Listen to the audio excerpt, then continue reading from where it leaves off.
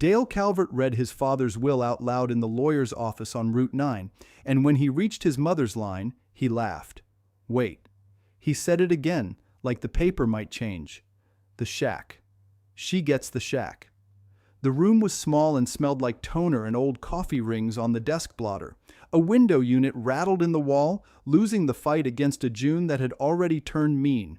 Ruth Calvert sat with her hands folded in her lap, back straight, ankles crossed, the posture she'd used in church pews and hospital waiting rooms, and now this. She was 74 years old. She did not flinch.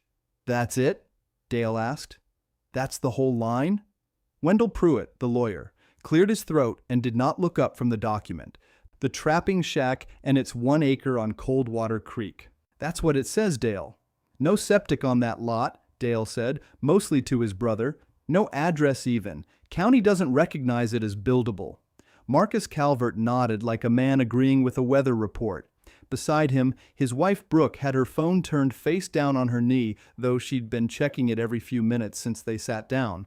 She was already dressed like a woman who had somewhere better to be. "Dad's farmhouse," Pruitt went on, "the equipment, the outbuildings, go to Dale. The 80 acres of timber and the joint savings account go to Marcus and Brooke. Together, once the farm sells, that comes to roughly $340,000. Gross." Dale exhaled through his nose, a long, satisfied sound, like a man setting down a heavy box he'd been carrying uphill. Ruth had raised these 2 boys. She had also, 40 years running, kept every receipt Hollis Calvert ever handed her, every number in a household that ran on sawmill wages and garden vegetables and not much slack. She could add 3 figures in her head faster than Dale could find his calculator app, and she did it now quietly, out of habit more than need. 340,000. She already knew that number. She'd known it before she walked in. What she didn't know was why Hollis, a man who measured twice and cut once his whole life, would leave her a shack with a caving roof and call it even. Mrs. Calvert. Pruitt finally looked at her over his glasses. "You understand the terms as read?" "I do," Ruth said. Her voice was steady, small but steady. Hollis always did like that old place better than he let on. Dale laughed again, shorter this time, more of a bark. "Mom, it's a shed. It's a shed with a bad roof half a mile down a logging spur nobody's graded since Reagan was president. I know where it is, Dale. I packed your father's lunch and walked it down there more Saturdays than I can count. That's not the point." "No," Ruth agreed. "I suppose it isn't." Brooke leaned forward, elbows on her knees, voice gentle in the particular way people use when they think gentleness excuses what comes next. "Ruth, nobody wants you thinking this is punishment. It's just, practically speaking, you're 74. You need somewhere with a working furnace and people checking in on you. We already put you on the list at Meadowbrook. It's a lovely facility. The deposit's covered soon as the farmhouse closes." "You toured it without me," Ruth said. "Not a question. We wanted it ready, so you wouldn't have to worry about the details." Dale's phone buzzed on the table and he glanced at it without apology. $22,000, already down on a lake house 2 counties over, the closing scheduled for August. He hadn't told his mother that part. He hadn't needed to. She'd have found the boat listing in his search history if she'd ever cared to look, and she hadn't, because that was Dale's business, and this was hers. "So that's it," Ruth said. "The house and equipment for you, Dale. The land and the money for you 2. And the shack, for me. That's it." Dale folded his copy of the will in half like he was done with it. "Nobody's forcing you to actually live there, Mom. It's just what's on paper. You come stay at Meadowbrook, we handle the rest, everybody's taken care of."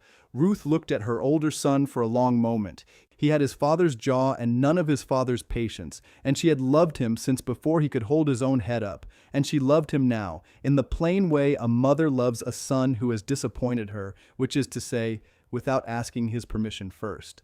"I think I'll go on down and see the place," she said, "since it's mine. Mom, you go on and handle your closing, Dale. I've got somewhere to be." She stood. She reached beside her chair for the same brown leather suitcase she'd carried on her honeymoon in 1972, the one she'd packed and unpacked more times than she could name, through moves and hospital stays, and one long, quiet week after Hollis died 8 months back when she hadn't known what else to do with her hands. The leather had gone soft at the corners. The brass latches still worked fine. She thanked Wendell Pruitt for his time. She did not raise her voice. She did not ask Dale to reconsider, and she did not ask Marcus if he had anything to say, because Marcus had learned 30 years ago that saying nothing was the safest seat in any room his brother was in.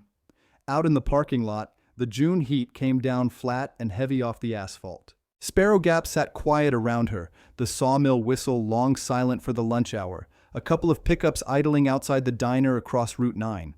Ruth stood by her car a moment, suitcase in hand, and did not cry because she had done her crying already, back in February, in a kitchen that no longer belonged to her. There was a thing Hollis used to say, half joking, usually after a beer, usually when she'd fuss at him for spending an afternoon down at that falling down shack, instead of fixing the porch steps like she'd asked. "I didn't leave you the house, Ruthie," he'd tell her.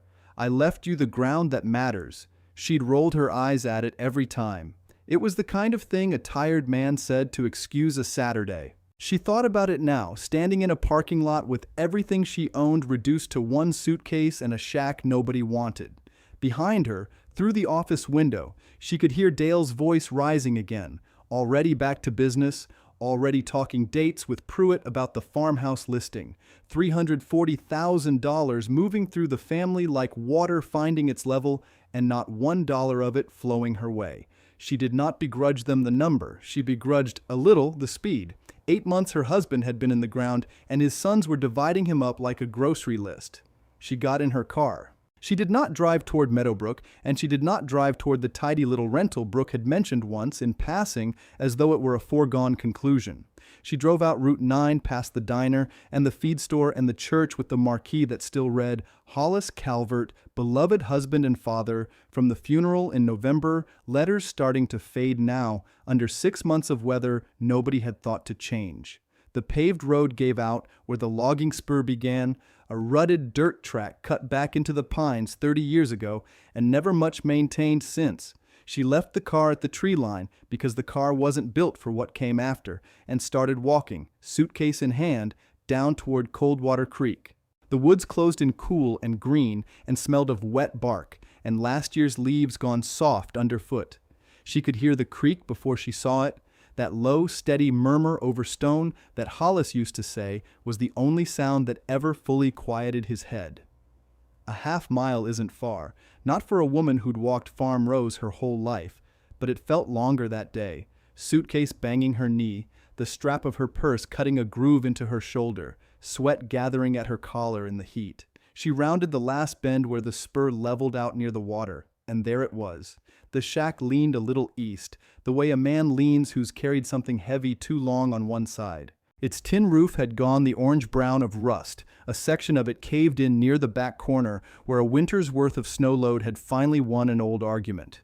The porch boards were silvered and soft.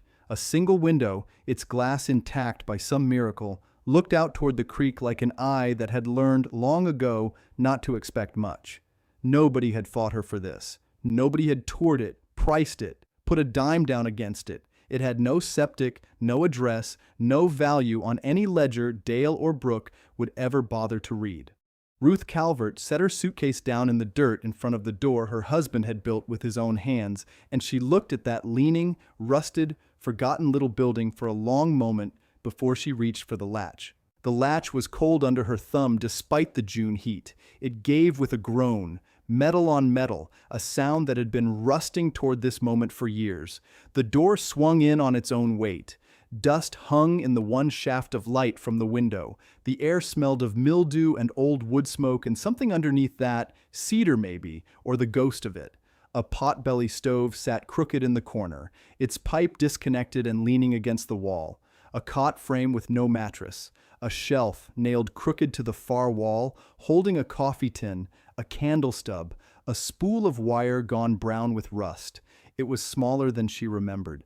Everything from childhood always was. Ruth set her suitcase on the one dry patch of floor and stood a moment, hands on her hips, taking stock the way she'd taken stock of kitchens and gardens and hospital rooms her whole life. Bad roof, bad floor near the back corner where the water had gotten in. Good bones otherwise. Hollis built things to outlast him, and mostly they had. Well, she said out loud, to nobody. Let's see what we're working with.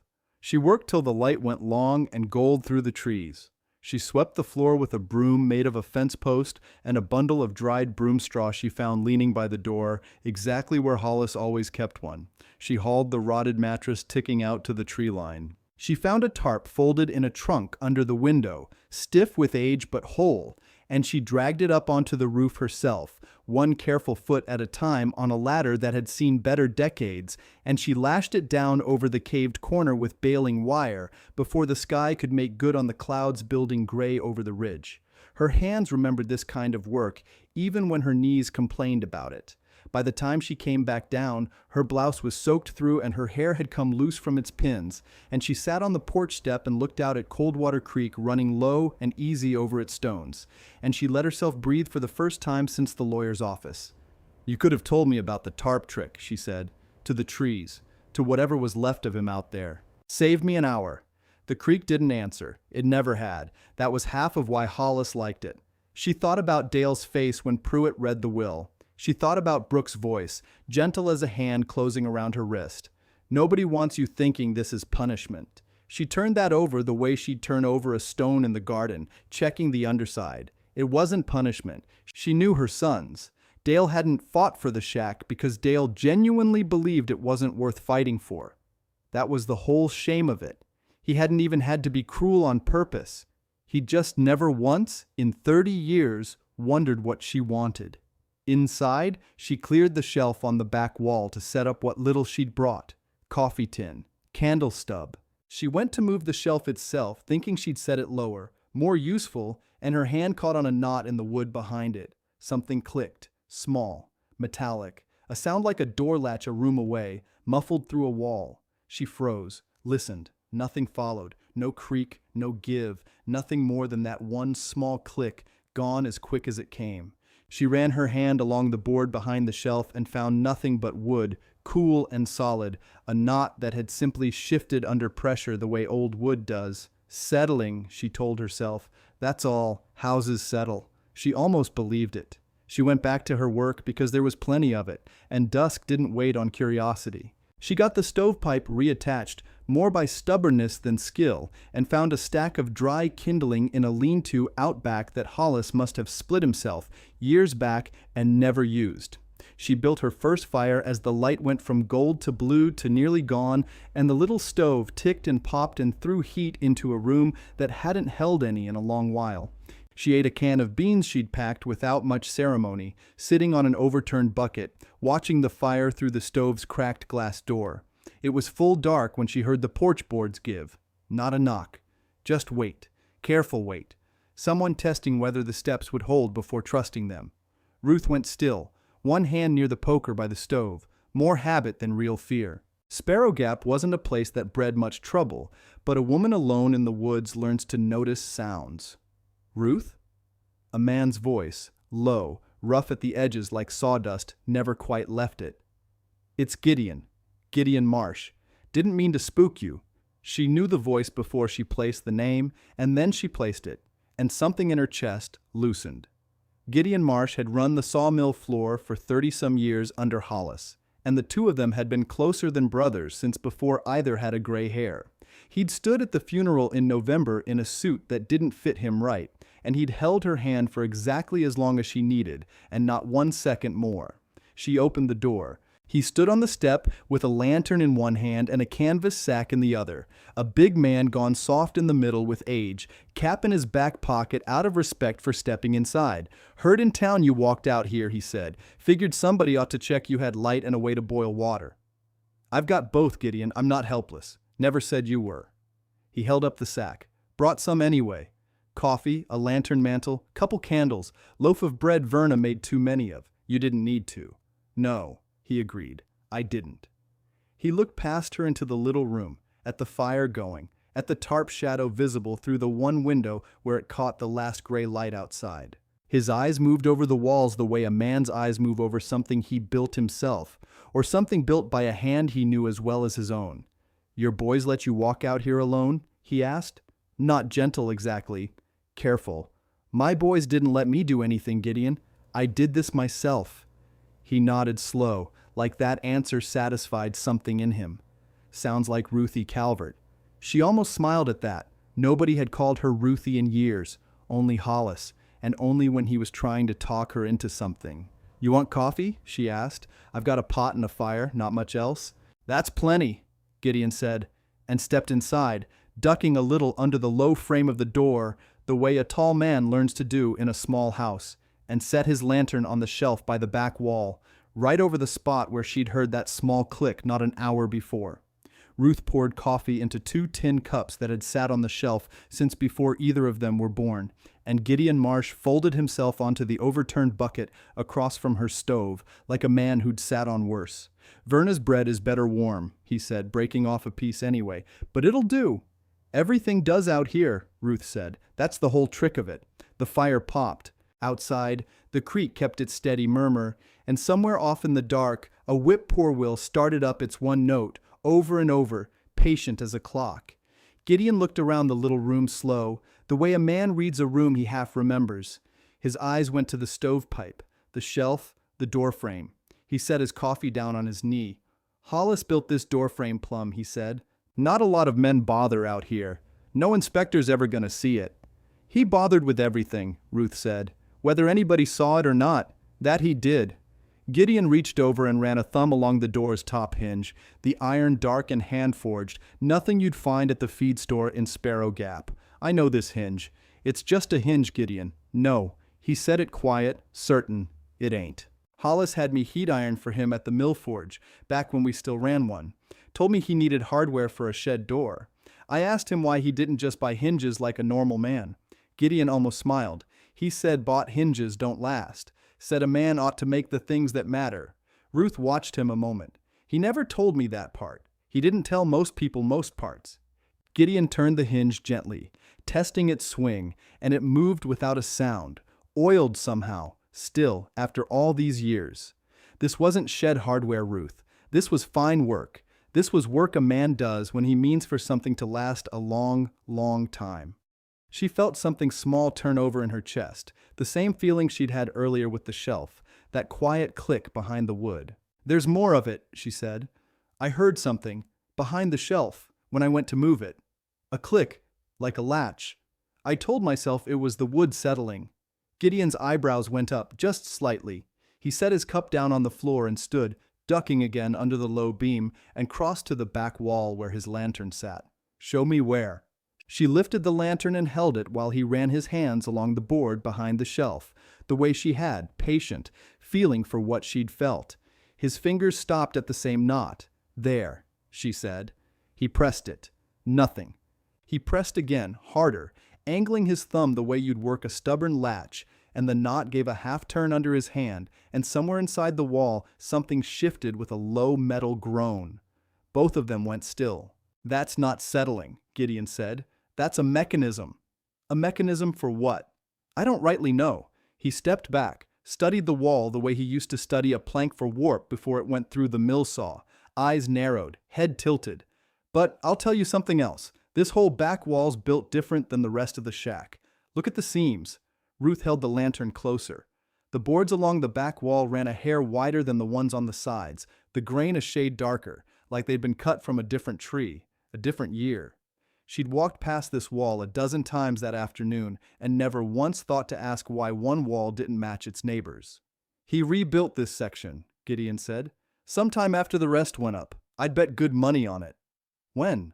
Gideon rubbed the back of his neck, thinking, "I can tell you when I know it wasn't recent. That iron's got 60 years of rust pattern on it, easy, maybe more." 60 years, Ruth repeated. "Gideon, we've been married 52. Then it's older than your marriage. Or it's right at the start of it." He looked at her, something working behind his eyes. "You know, this is going to sound like an old man's foolishness, but it's been rattling in my head since I walked up that porch.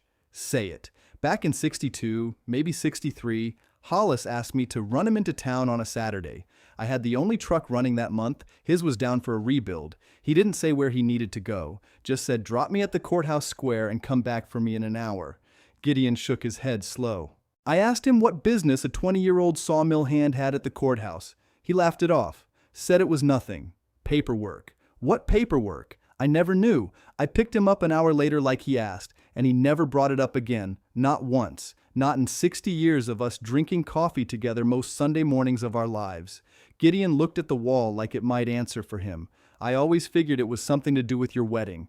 License maybe, though that never made sense. You two married at the church, not the courthouse. Ruth stood very still, the lantern warm in her hand, and heard Hollis's voice again, easy and half-joking, the way he'd say it every time she fussed at him about that Saturday afternoon spent down here instead of fixing something that actually needed fixing. I didn't leave you the house, Ruthie, I left you the ground that matters. He said something to me once, she said slowly. More than once, really. I always took it as a joke. What did he say? That he didn't leave me the house. That he left me the ground that matters. She looked at Gideon. I thought he meant this creek, that he just liked it down here better than the porch he was supposed to be fixing. Gideon didn't say anything for a long moment. The fire ticked in the stove. The whip-poor-will outside had gone quiet finally, like even it was listening. Ruth, he said, careful now, the way a man talks when he doesn't want to build something up that might not hold weight. I think you ought to sleep on whatever's behind that wall tonight and look at it fresh come morning with good light. You don't want to look now? I want to look now something fierce. He almost smiled, but it didn't quite land. But I've known you and Hollis both a long time, and if there's something back there, it's waited 60 years. It'll keep till daylight, and you've had about as long a day as a woman ought to have in one stretch. She wanted to argue. Some tired, stubborn part of her wanted to pry that board loose right then, lantern light or no. But her knees ached from the ladder and the roof and the walk-in, and Gideon wasn't wrong, and she had learned a long time ago which of her instincts to trust at the end of a hard day and which ones to sit on till morning. You'll come back, she said. It wasn't quite a question. Try and stop me. Gideon picked his cap up off the shelf where he'd set it, turned it over once in his hands. I'll bring tools. Pry bar, flashlight, something better than that lantern wick. He paused at the door. You want? I could stay out on the porch tonight, just so you're not out here alone with whatever that wall's got behind it. I've slept alone and worse than this, Gideon Marsh. I know it. He nodded, satisfied the way he had before. Locks on the inside, then. Not that a lock's worth much on a door with hinges better than the frame. Good night, Gideon. Night, Ruthie. He caught himself. Nobody but Hollis had ever called her that, and he heard it land wrong in his own mouth the second it left him. Ruth. Sorry. It's all right, she said, and found she meant it. He ducked out into the dark, lantern swinging, and she heard his boots on the porch boards, then the crunch of the logging spur under them, fading back toward wherever he'd left his truck. Then it was just her, and the fire, and the creek, and the wall. She told herself she'd wait for morning. She told herself that for almost 20 minutes, sitting on her bucket, coffee gone cold in the tin cup, eyes drifting back to that seam in the boards every few seconds whether she meant them to or not. Hollis had told her never to touch that board. She remembered it now, sudden and clear. A warning from 30 years back she'd filed away and forgotten. The kind of thing a husband says once and a wife only remembers when it matters. Don't go pulling at that warped board on the back wall, Ruthie. Leave it be. She'd asked him why, and he'd said something about a nest of yellow jackets one bad summer, and she'd believed him, because why wouldn't she? She stood up. Well, Hollis, she said out loud, to the little room, to the fire, to whatever was left of him in the walls he'd built with his own hands. You told me to leave it be for 30 years. I expect you had your reasons. But you're not here to argue, and I've had about enough of doing what men tell me today. She took the lantern down off the shelf. The warped board sat low on the wall, just above the floorboards, a plank a shade darker than its neighbors, its edge lifted a half-inch where the wood had cupped with age. She knelt in front of it, knees complaining, and set the lantern beside her and worked her fingers into that gap. It didn't give at first. She braced her palm flat against the wall beside it, worked her fingers deeper, felt for the edge the way she'd felt for purchase on a stubborn jar lid 1,000 times in her life. Then something inside the wall shifted, the same low groan of iron she and Gideon had heard behind the shelf. But louder now, closer, the sound of a hinge finally moving after decades of sitting still. The whole back wall swung outward, not the single board. The whole section, 3 feet wide, swinging on hinges buried in the framing where no eye would ever think to look, moving slow and even, exactly like a door built by a man who measured twice and cut once his whole life. Ruth knelt there in the lantern light, one hand still braced against the frame, staring into a black gap where a solid wall had stood a moment before, cool air drifting out of it that smelled of packed earth and something older than the shack itself. Ruth didn't move at first, she just knelt there, lantern light spilling past her knees into a hole that hadn't seen daylight since before her wedding maybe. The smell came up slow, cool and mineral, packed dirt and old wood and something underneath that, like a cellar nobody had aired out in decades. Lord, she said, quiet. Hollis Calvert. She leaned the lantern forward and looked in. It wasn't a big space, maybe 4 feet deep, 4 feet across, dug down into the clay under the shack's back wall and shored up with rough-cut boards, the same dark grain as the false wall itself. A short run of steps, more like ledges really, cut into the earth and packed hard. At the bottom, sitting square in the middle of the dirt floor, was a metal box. She sat back on her heels. You built yourself a root cellar, she said, and then you built a whole door just to hide it. Her voice came out steadier than she felt. That's not a shed latch, Hollis. That's not paperwork jitters. That's a man hiding something he meant to keep hid. The whip-poor will started up again outside. That same one note, patient as ever. Ruth held the lantern out at arm's length and studied the little steps. They looked solid. Hollis never built anything that wasn't solid. She thought about waiting for Gideon. She thought about it for almost as long as she'd thought about waiting for morning, which was to say, not very long at all. You've already broken one promise tonight, she told herself. Might as well see it through. She set the lantern on the second step down, where it threw good light without blinding her, and lowered herself in careful, one hand braced on the earth wall, her knees complaining the whole way. The dirt floor was hard-packed and dry, cooler than the room above, and it held her weight without so much as a shift. The box sat waiting for her. It was a tin toolbox, the kind a man carried to a job site. Red paint gone to rust and flaking at the corners, a wire handle folded down flat on top. She'd seen 100 like it in her life, in barns, in truck beds, in Gideon's own mill office. This one had a strap of leather buckled around it, gone stiff as bark, holding the lid down tighter than any latch would have. She worked the buckle with her thumbnail. It didn't want to give. You would pick the one thing in this whole shack that isn't oiled and easy, she muttered. She kept at it. The leather cracked along its fold, and the tongue slid free all at once, and she nearly toppled backward into the dirt from the sudden loss of resistance. She caught herself on the earth wall and laughed, short and surprised, the sound strange in that small buried space. All right, she said. All right now. The lid stuck to, rust welded at the hinge, and she had to work her fingers under the lip and rock it side to side before it gave with a groan that sounded, for one bad second, like a voice. She froze. Nothing followed but silence, and the creak outside, faint even down here, and her own heart going harder than it should for a woman just opening a box. Inside, wrapped in a scrap of oilcloth gone brittle at the folds, sat something flat and square, about the size of a Bible. She lifted it out with both hands, the way you'd lift something you already suspected mattered more than its size let on. Under the oilcloth was a waxed envelope, the paper thick and yellowed, sealed shut with a hard dark ring of wax pressed flat, and stamped into that wax, faint but readable if she tilted it to the lantern light, were initials she didn't recognize, and a date she almost couldn't believe, 1962. She sat there in the dirt with that envelope in her lap for a long moment, not opening it, just looking at the year pressed into old wax like a signature. 52 years married, she said again, soft, the same thing she'd told Gideon on the porch. And you had a secret older than half of it. She thought about tearing the wax right there, alone, in a dirt hole lit by one lantern with a cracked glass door. Her fingers were already at the edge of it. She stopped. Not because she wasn't curious. She was near shaking with it. But some old instinct, the same one that had made her wait for Gideon to check the wall instead of prying it herself, spoke up now and told her this deserved more than a lantern and a dirt floor and a tired old woman half convincing herself of things.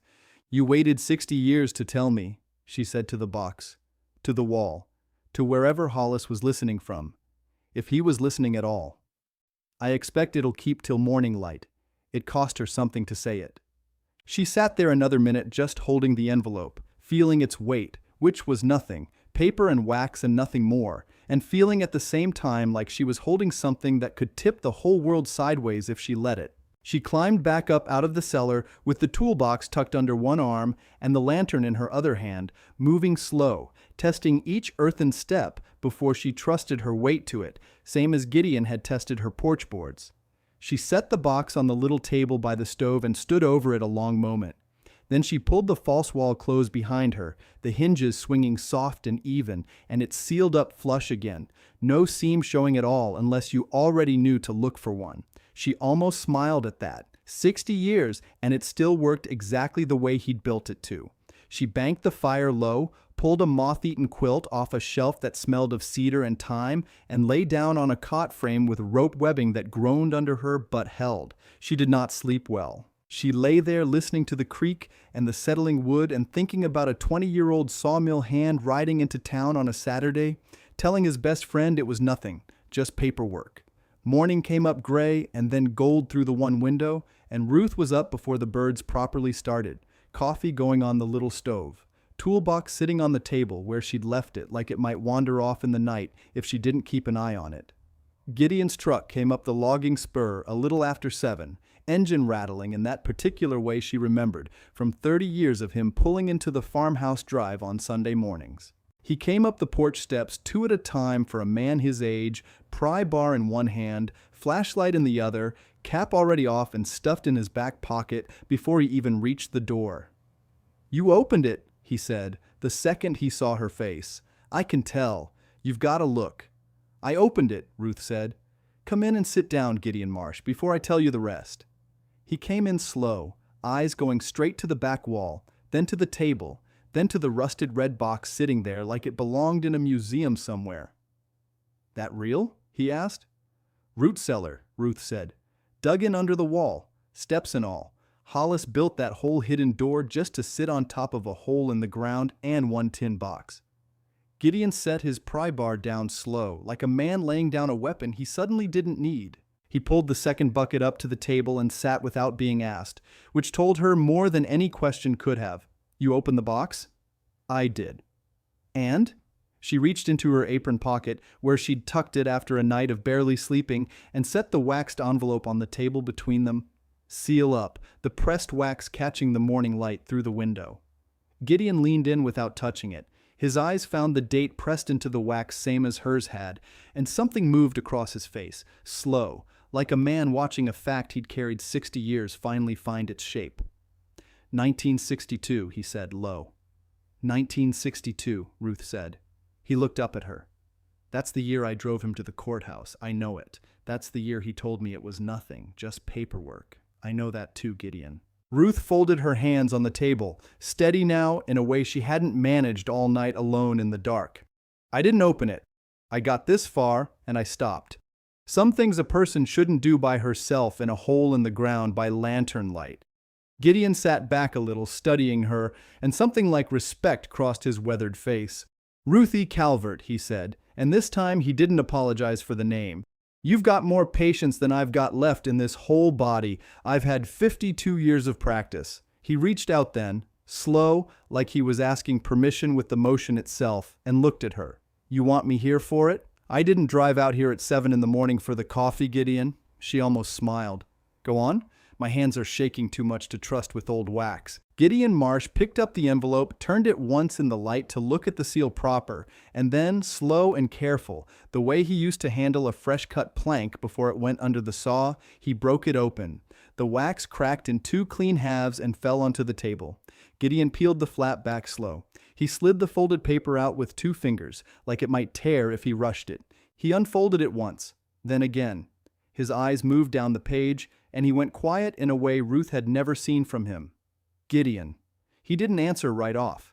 His lips moved, reading something to himself before he'd say it out loud. "Gideon Marsh, you tell me what that says, or I'll take it out of your hands myself."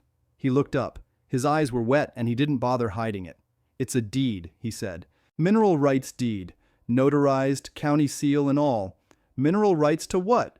"To this ground, Ruth. Right here. This acre, this exact acre, and everything under it." He turned the page toward her, tapped a line near the bottom with one thick finger. Gas and coal seam, it says. Severed off the main farm parcel. Filed 1962. Ruth sat very still. Severed, she said. Meaning what, exactly? Speak plain to me, Gideon. I've had enough of things I don't understand for one lifetime. Meaning your husband split what's under the dirt from what's on top of it. Gideon set the paper down gentle, like it was hot. The house, the barn, the farm acreage, all that's one thing. What's buried underneath this 1 acre, right here where this shack sits, that's a different thing entirely. And in 1962, Hollis carved that second thing off for himself, or for you, filed it proper, notarized, dated, sealed. Why would he do that? I don't rightly know why a 20-year-old sawmill hand goes and does a thing like that. Gideon shook his head, slow. But I drove him to the notary that Saturday. I told you that already. He never said a word about what for. Just paperwork, he said. I believed him same as you did. Ruth looked at the deed like it might move on its own. He told me once, she said, half laughing about it, like it wasn't nothing. Said, I didn't leave you the house, Ruthie. I left you the ground that matters. I thought he meant the garden. I thought he meant something about growing things. Her voice caught just once, and she pushed through it. He meant this. He meant this the whole time. Sounds like it. 52 years, Ruth said, and the man never once let it slip plain. Hollis Calvert never did anything he didn't mean to do twice over. Gideon sat back, and something like a laugh came out of him, more breath than sound. He'd measure a board 4 times before he cut it. Man like that doesn't file a deed by accident, and he doesn't forget he filed it neither. He knew exactly what was under this dirt and exactly what it'd be worth someday, and he built a wall around it so nobody'd find it before you did, before I did. Ruth looked at the false wall, closed now, seamless, sitting there like it had never moved. Not before Dale, not before Marcus, before me. That's what it looks like. Ruth folded her hands on the table again, the same steady motion from before, though her mind was running faster than her hands led on. So what is this worth, Gideon? Coal and gas under 1 acre. Is that a real thing, or is that an old man's paperwork that means nothing now?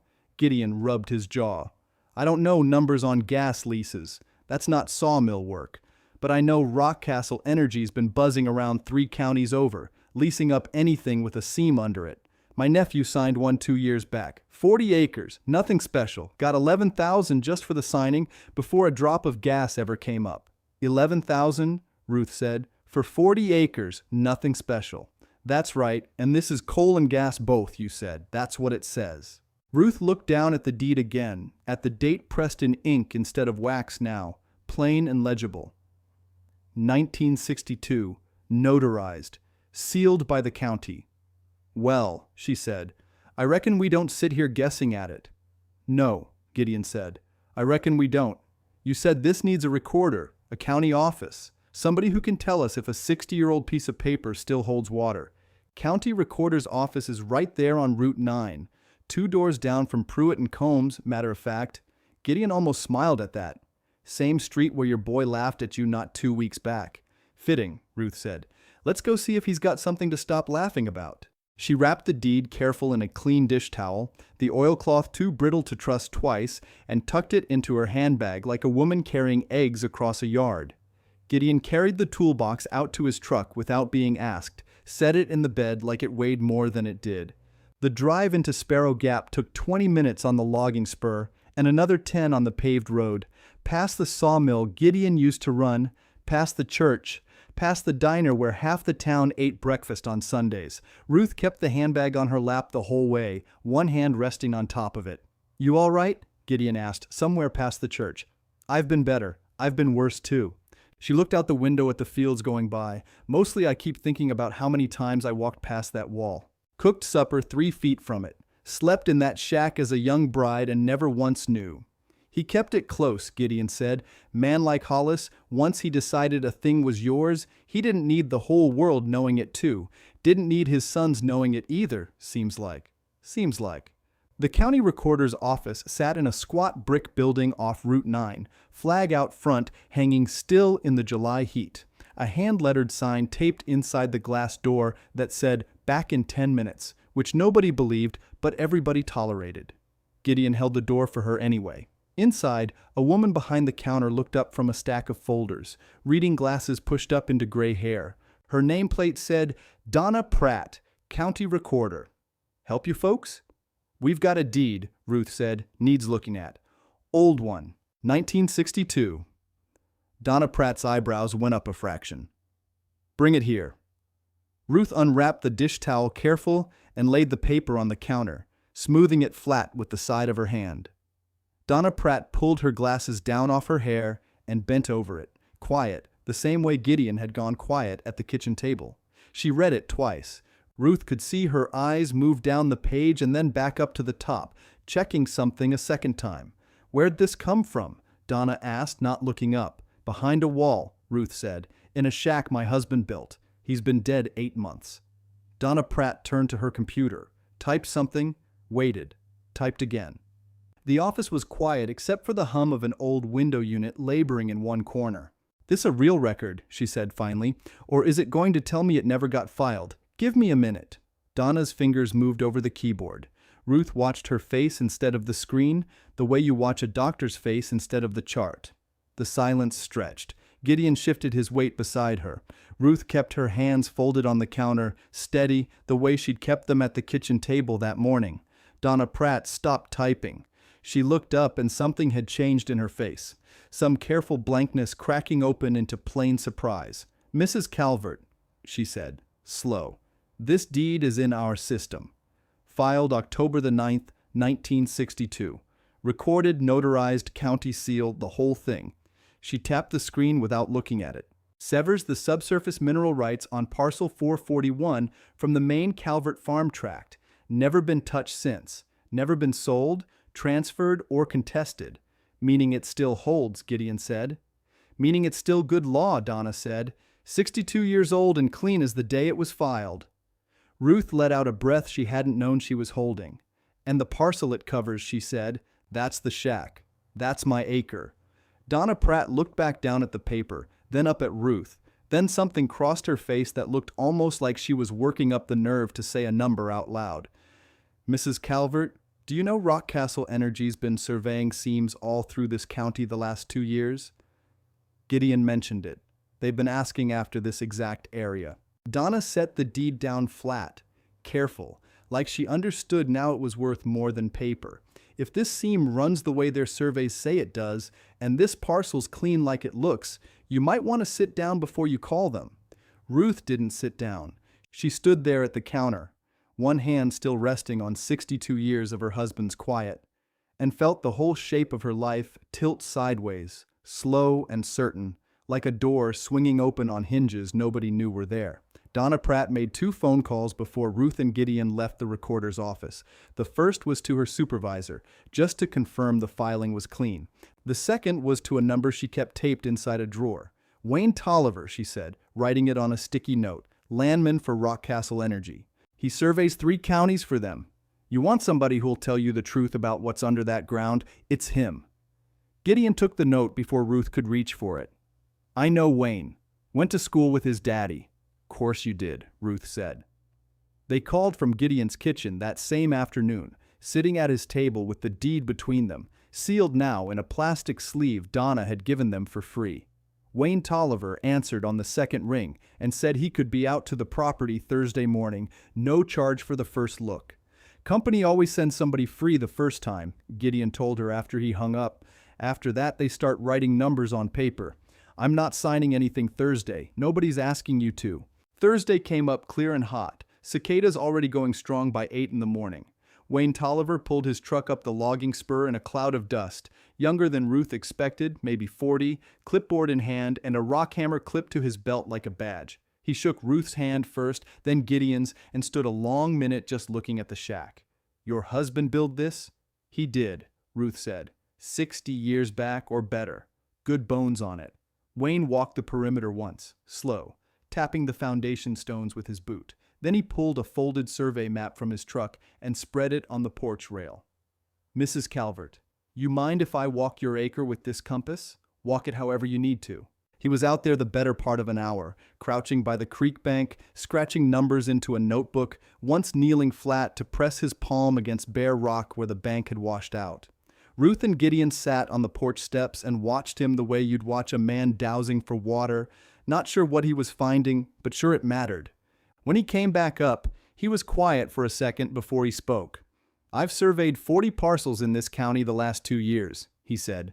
"This one sits right over the same seam that's paying out over in Coalfield Township. Same depth, same thickness, near as I can read it without a core sample." "Meaning what in dollars?" Ruth said. "I've had enough of men telling me things mean something without saying the number." Wayne Tolliver almost smiled at that. "Fair enough." He flipped his notebook closed. "Company's been signing at $18,000 an acre bonus around here, plus royalty on anything that comes up. That's just for the paper, before a well or a shaft ever goes in." "18,000, Gideon said. "For 1 acre. That's the floor." Wayne looked at Ruth steady. "But a seam this size, this close to the Route 9 corridor for hauling out, our surveyors are already saying present value on full development could run past $2 million. I'd want a core sample before I put that number in writing, but I've seen enough seams to know I'm not far off." Ruth sat very still on the porch step. "2 million, she said, "give or take." Gideon let out a breath like a man setting down a heavy load. "Ruth Calvert." "Don't you Ruth Calvert me, Gideon Marsh, I heard the man same as you did." Wayne Tolliver tucked his notebook into his shirt pocket. "I'll have a formal offer typed up inside 2 weeks if you're interested. Signing bonus up front, royalty after. You'd want a lawyer to look it over before you put your name to anything." "I expect I would." He shook her hand again before he left, gentler this time, like a man shaking hands with somebody he'd just realized he ought to treat different. His truck rattled back down the spur, and Ruth and Gideon sat on together in the quiet after, cicadas filling up the space where words should have gone. $2 million, Ruth said finally. "Sitting under a shack my own sons wouldn't take. Didn't want the roof leaks that came with it," Gideon said. "Didn't figure to look under the roof." Ruth's phone rang before she could answer him back. She dug it out of her apron pocket, and Dale's name sat up on the screen, bright as a warning light. She let it ring twice more before she answered. "Mama." Dale's voice came fast. "Business already in it. Where have you been?" "I've called twice. I've been busy, Dale." "Busy doing what exactly? You're supposed to be settling in over there." A pause like he was catching himself, softening it. "Look, Pruitt's office called. There's some kind of hitch with the title on the farmhouse sale. Something about an easement running off the old logging spur ties back to your acre." Ruth looked at Gideon. Gideon looked back at her, and something passed between them without a word. "What kind of hitch?" she said. "I don't know, some lawyer thing. Title company won't clear the sale till it's settled. Pruitt's calling everybody in for a hearing. Says it's just a formality. Get your signature on some release so the closing can go through clean." "When's this hearing?" "Thursday after next, the 23rd, 10 o'clock. His office on Route 9. Dale's voice picked up speed again. "Look, Mama, the buyers are already antsy. Brooks got Meadowbrook holding a room for you, and that deposit's due the same week the farmhouse closes. We need this clean and quick. You'll come, right?" Ruth looked out at the creek running low and bright past the porch rail, at the shack standing behind her with its wall shut tight again, 60 years of quiet still sitting inside it. "I'll be there, Dale. Good, 10 o'clock. Don't be late, all right?" Brooks already stressed enough about the tuition deadline. He hung up before she could say anything else, same as he always did, business finished, nothing left to spend more breath on. Ruth held the phone a second longer, looking at the dark screen. 23rd, she said. 10 days. That's the same table, Gideon said slow. Same office where he laughed at you. Seems that way. You going to tell them before then? Warn them what's coming? Ruth thought about it, really thought, turning the question over, the way she'd turn over a jar lid that wouldn't give at first try. Dale spending money on a lake house he hadn't finished paying for. Brooke touring rooms at Meadowbrook, penciling in her mother-in-law's deposit against a house not yet sold. Marcus, quiet as ever, letting his wife do the deciding same as he always had. "No," she said finally. "I don't believe I will." "Why not?" "Because a man doesn't get to laugh at you across a table and then get advance warning when the laughing stops." She stood up off the porch step, dusting her hands on her apron, steady now in a way that surprised even her. Hollis kept this quiet 60 years, Gideon. I expect I can keep it quiet 10 more days. That deed's going to need a lawyer of its own by then, somebody who knows mineral rights, knows how to sit across from Pruitt and not get talked around. You know anybody like that? Gideon rubbed his jaw, thinking. My nephew's lawyer, the one that did his lease. Fellow named Curtis Hale, works out of Whitley County. Sharp as a new blade, and he owes me a favor or two from years back. Call him. I'll call him tonight. Ruth walked back into the shack alone that evening, after Gideon's truck had rattled back down the spur toward town, and stood a long moment in front of the false wall, closed now, seamless, holding its 60 years of quiet same as it always had. She ran her hand along the seam where the hinges sat hidden, feeling nothing under her fingers but rough board. No give, no hint at all of what it opened onto. You knew this day was coming, she said to the wall, to Hollis, to whatever was left of him in the boards he'd cut and fitted with his own hands. You built this whole thing just so it'd wait for the right morning. The creek ran on outside, same as it had every evening for 60 years, same as it would run long after the hearing on the 23rd came and went. Ruth pulled her chair up close to the little stove, deed tucked safe in its plastic sleeve inside her handbag, and began for the first time since Hollis died to plan. Curtis Hale's office sat above a hardware store in Corbin, up a narrow staircase that smelled like sawdust and old coffee. Gideon led the way, ducking under a low beam out of habit even though he cleared it fine. Curtis, Gideon said, shaking the man's hand. Been a while. Too long, Gideon. Curtis Hale was younger than Ruth expected, maybe 50, a bolo tie under a denim shirt, reading glasses, hanging on a cord. This the deed you told me about on the phone? This is Ruth Calvert, Gideon said, and yes, that's the deed. Ruth laid the plastic sleeve on his desk. Curtis didn't touch it right away. He looked at it the way Donna Pratt had, the way Gideon had, like the paper itself needed a minute before a stranger's hands got near it.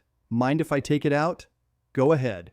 He read slow, lips moving faintly, tracing lines with one finger without touching the page. When he got to the bottom, he sat back in his chair. Mrs. Calvert, this is about as clean as a severance deed gets. Recorded, notarized, county seal, legal description tied to a real parcel. He tapped the desk. I've seen 40 of these that didn't hold up half this well. Donna Pratt said the same. Donna's right more often than she's wrong. Curtis pulled a legal pad toward him. Tell me about the hearing you mentioned. The one on the 23rd, Ruth told him. The farmhouse sale, the easement hitch off the logging spur, Dale's phone call, the 10 o'clock slot at Pruitt's office. Curtis wrote while she talked, quick short lines, not looking up. Here's what I want you to understand, he said when she finished. Your deed doesn't just sit quiet in a drawer somewhere. It's recorded against parcel 441. That's your acre. Anybody selling the farmhouse tract has got to deal with the fact that the ground under your shack was carved off 60 years back, meaning they can't just sell around it, meaning the title company already found the cloud. That's why they called the hearing. Curtis leaned forward. They think it's a paperwork snag. An easement question, maybe a boundary error. They don't know it's a mineral severance worth more than the whole estate. They will. They will, Curtis agreed. But I want to walk in prepared, not just satisfied. Dale's lawyer is going to look for any crack he can find. Might argue abandonment, might argue the deed never got properly delivered, that Hollis meant to void it later and never got around to telling anyone. He never got around to telling anyone anything, Ruth said, except me, and even I didn't know the whole truth of it. That works in our favor, not against it. Curtis made another note. Tennessee doesn't recognize abandonment on a recorded mineral interest just because 60 years went by quiet. Recorded is recorded. But I'd rather answer that argument before it's asked than scramble for it in the room. How much do we owe you for all this? Flat retainer, $2,500, covers the hearing and whatever paperwork follows if Rockcastle makes a real offer. Curtis almost smiled. I'll tell you now, Mrs. Calvert, that's the cheapest money I've ever charged for a case this size. Gideon snorted. Wait till Wayne Tolliver's number comes through, official. Speaking of. Curtis glanced at his watch. You said a formal offer's coming in 2 weeks? That's what he told us. Call me the second it lands, before you sign a syllable of it. They drove back toward Sparrow Gap with the deed riding safe between them on the truck seat, afternoon light slanting long across the fields. Ruth watched the fence posts go by, counting nothing, just watching. "You worried?" Gideon asked. "A little. Man like that talking about abandonment arguments and cracks to find?" She shook her head. "Hollis built that shack solid enough to hide a fortune in the wall for 60 years. I expect the papers built the same way. I expect it is." The formal offer came 9 days later, not 2 weeks, a manila envelope from Rock Castle Energy Corporation dropped by courier straight to Gideon's porch, since Ruth still had no mailbox worth the name out on the spur. Ruth opened it at his kitchen table with her hands not quite steady. $18,500 per acre, signing bonus, paid within 30 days of executed lease. 18% royalty on all gas and coal extracted, paid quarterly. A separate paragraph, underlined by somebody at the company who understood what they were sitting on, noting that preliminary core sampling put estimated total recoverable value on the 1-acre parcel between $1.8 and $2.3 million over the productive life of the lease. $18,500, Gideon read over her shoulder, just for signing your name, and the rest paid out over years. Ruth set the letter down flat, both hands pressing it steady like it might try to fly off the table. Hollis never saw a number like this in his whole life. Farmed 60 acres for what, 30, 40 years, and never once cleared this in a season. Never once cleared it in 10 seasons. Her phone buzzed on the table beside the letter. Brooke's name lit the screen, not Dale's, and that alone made Ruth pause before answering. "Ruth. Hi, it's Brooke." Brighter than her voice needed to be, the tone people use when they want something. "I hope I'm not catching you at a bad time." "You're not. I just wanted to touch base before the hearing. Dale mentioned it's just a formality, but I wanted to make sure you had a ride and that you're doing all right out there." A pause, calculated to sound like concern. "I toured Meadowbrook again yesterday, actually. They've got a lovely room opening up on the garden side. $14,600 for the year, all inclusive, and I know that sounds like a lot, but once the farmhouse closes, $14,600. Right, and Emma's tuition bill came in too. That's due August 1st, so we're really counting on the closing going smooth on the 23rd. Brooke's voice picked up speed the way Dale's always did.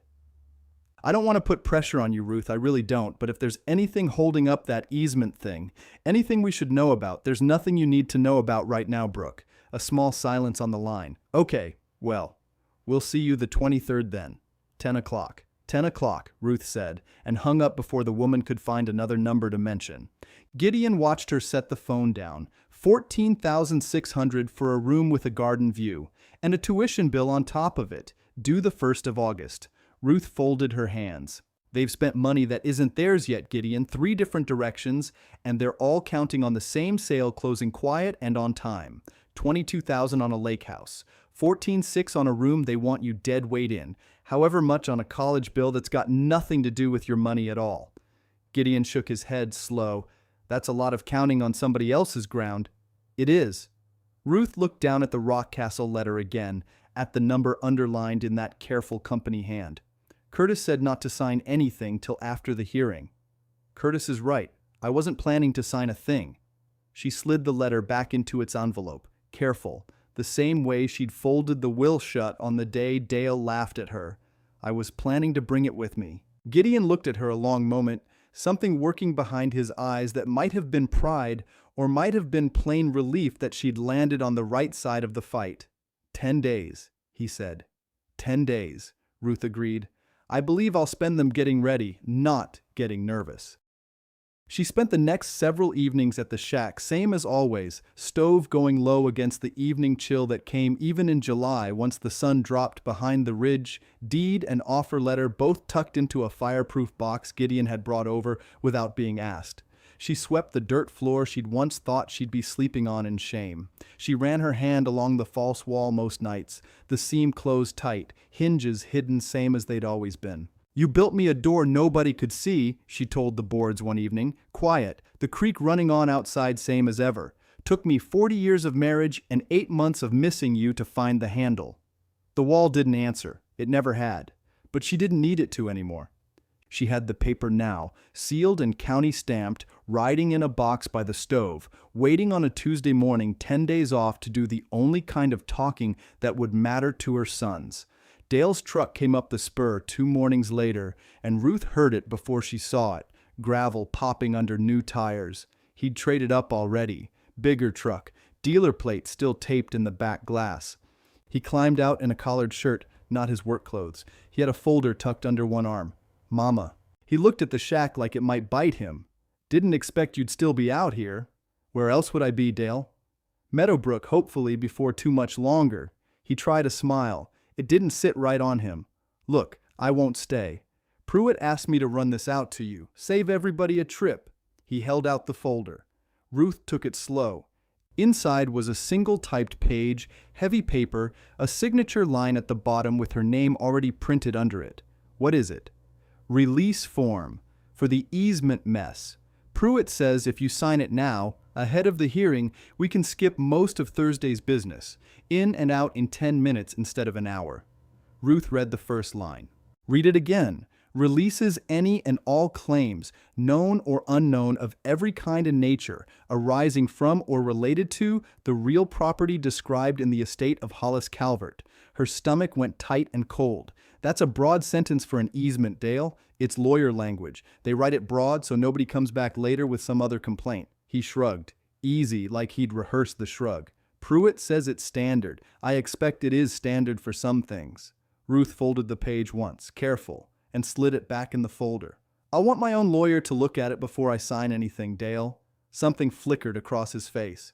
Quick, gone fast, but she caught it. Your own lawyer. He said it flat. Since when do you have a lawyer, Mama? Since about 2 weeks back. For what? It's a shack on an acre with no septic. What's there to lawyer over? I reckon I'll let him tell me that. Dale's jaw worked. He looked out at the creek, at the shack, at anything that wasn't her face. Brooks got the Meadowbrook deposit due the same week the farmhouse closes. You understand that? $14,600, Mama, sitting on a deadline. If this hearing runs long because you brought some stranger in to slow it down, he's not a stranger. He's a lawyer, same as Pruitt. Pruitt's handled this family's business for 15 years, and I've been part of this family for 50, Ruth said. I expect I can hire whoever I please. Dale stood there a second, folder gone from his hand now. Nothing left to hold on to. Just sign it, Mama, please. It'd make things easier. Easier for who? He didn't answer that. He got back in his new truck and drove off without saying goodbye, and Ruth stood on the porch step watching the dust settle behind him, the release still in her hand. She called Curtis Hale from Gideon's kitchen phone that same evening, Gideon standing close enough to hear both sides of it. Read it to me, Curtis said. Ruth read it slow, word for word, the way Curtis had taught her to read the deed itself. Curtis went quiet a moment on the other end. Mrs. Calvert, I want you to fax that to me tonight if you can, or bring it by first thing tomorrow. I don't like the shape of that sentence. What shape is it? It's not an easement release. An easement release names the easement. Names the parcel, names the road, says what right's being given up. Curtis's voice had gone careful, the way a man talks when he's picking his words off a shelf one at a time. This says any and all claims of every kind and nature. That's not narrow language. That's a net wide enough to catch a mineral deed same as an easement. Gideon leaned toward the phone. You saying Pruitt's trying to sign away her gas rights before she even gets in the room? I'm saying somebody wrote language broad enough to do it, whether that was the intent or not. Curtis paused. Could be sloppy boilerplate, could be somebody's title company flagged the cloud on that parcel and told Pruitt to clear it however he could. Could be Dale asked for something broad without knowing why, just wanting it done fast. Or Pruitt knows exactly what's under that shack, Ruth said, and he's trying to clean the slate before Thursday. That's the possibility that worries me most, Curtis said. Either way, you don't sign that page. Not tonight, not tomorrow, not 5 minutes before the hearing starts. I wasn't fixing to. Good. Bring the original with you Thursday. I want it in my file, not just Dale's folder. Curtis's voice eased some.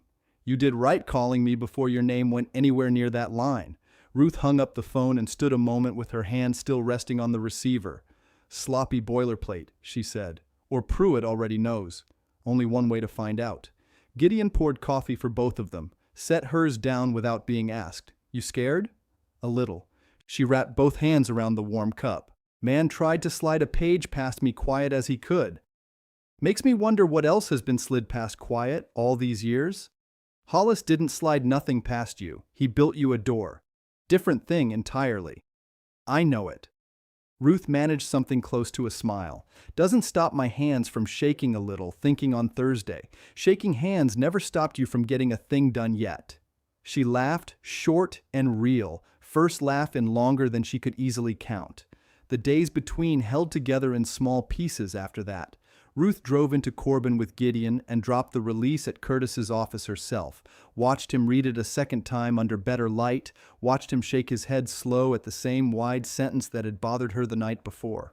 "I'll bring a copy of this to the hearing too," Curtis said. "If Pruitt wants to explain that wording out loud, in front of everybody, I expect he'll have some explaining to do. You think he'll try again? Different words? Same trick? I think a man who writes a net that wide once will try to widen it again if nobody stops him the first time." Curtis set the page down flat.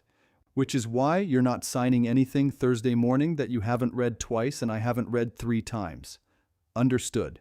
Ruth spent her evenings back at the shack, same as always. Stove going, deed box close by her chair. She'd taken to keeping the release folded inside the same fireproof box now, next to the deed itself, next to the Rockcastle offer. 3 pieces of paper that told 3 parts of the same story. She ran her hand along the closed wall one evening, same as she'd done most nights since the cellar first opened onto her. "They tried to slide one past me. Hollis," she said. "Didn't work." The creek ran on outside, steady, indifferent, same water it had always been. Gideon came by early the morning the hearing was finally close enough to touch, his truck idling in the yard while Ruth locked the shack's front latch behind her. She dressed careful, her good navy dress, hair pinned the way she used to wear it to church.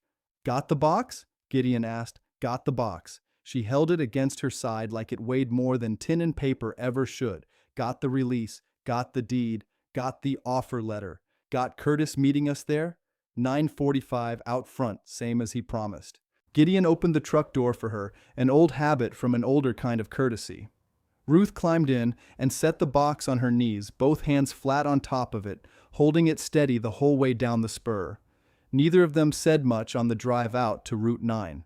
The fields went by outside the window, corn coming up green, a hawk sitting still on a fence post like it had all day to wait on something. Ruth watched the road unspool ahead of them, mile markers ticking past, the same stretch of highway that had carried her toward Pruitt's office once already. Empty-handed, ready to lose. She wasn't empty-handed this time. Gideon's truck slowed as the sawmill sign came into view, then the turn for Pruitt and Combs, gravel lot already half full. Dale's new truck sat parked crooked near the door, Marcus's sedan beside it. Brooke's car pulled in at an angle like she'd been in a hurry. Gideon eased into a spot near the front and cut the engine. "Ready?" he asked. Ruth looked at the office door, same door she'd walked out of 8 months back with nothing but a suitcase and a folded will. "I've been ready 10 days, she said, and reached for the handle. The office hadn't changed since the day of the will reading. Same brown carpet, same smell of coffee and old paper, same long table where Dale had once laughed out loud over the sound of her name. Ruth walked in with the fireproof box against her hip. Curtis Hale was already there, briefcase open, papers squared in front of him. He stood when he saw her, Mrs. Calvert. He nodded to Gideon too. Right on time. Wouldn't be anywhere else. Dale sat across the table already, jacket buttoned, jaw tight. Marcus sat beside him, Brooke on his other side, a leather folder in front of her like a shield. Pruitt stood at the head of the table, sorting a stack of documents into neat piles, not looking up yet. A fifth person Ruth didn't know sat near the window. Young man, gray suit, laptop open. Dale caught her looking. "Title company rep," Dale said. "Standard for a closing this size." "Didn't know we were closing anything today," Ruth said. "Thought this was a hearing." "It's both, Mama. Efficient." Dale's smile didn't reach far. Pruitt's got the farmhouse paperwork ready to finalize right behind the easement business. Save everybody a second trip. Ruth looked at Curtis. Curtis's face had gone very still, the way a man's face goes still when he's recalculating something fast. "That wasn't on the notice I received," Curtis said. "Notice said estate matters," Pruitt answered, still not looking up from his papers. "Farmhouse closing is an estate matter. It's a different matter entirely. and you know it." Pruitt looked up then, smiled thin. "We'll take it in order, Mr. Hale. No harm done?" Ruth set the box down on the table in front of her chair, careful, both hands flat on the lid a moment before she let go. She sat. Gideon sat beside her, close enough that his knee nearly touched hers. Pruitt cleared his throat. "Let's begin with the release. Ruth, did you have a chance to review the document Dale brought out?" "I did. My attorney reviewed it too." Pruitt's eyes moved to Curtis. Something passed behind them, quick, gone. "And?" Curtis slid a copy across the table, the same wide sentence highlighted in yellow. "This isn't an easement release, Mr. Pruitt. This releases any and all claims of every kind and nature. That's broader than the easement dispute by a country mile. It's standard language. It's not standard for an easement. It's standard for something a lot bigger." Curtis kept his voice even. "I'd like you to explain, for the record, why a simple driveway easement needs a release wide enough to cover mineral rights, water rights, anything at all sitting under that acre." The room went quiet enough to hear the air conditioner cycle on. Dale looked at Pruitt. "Mineral rights?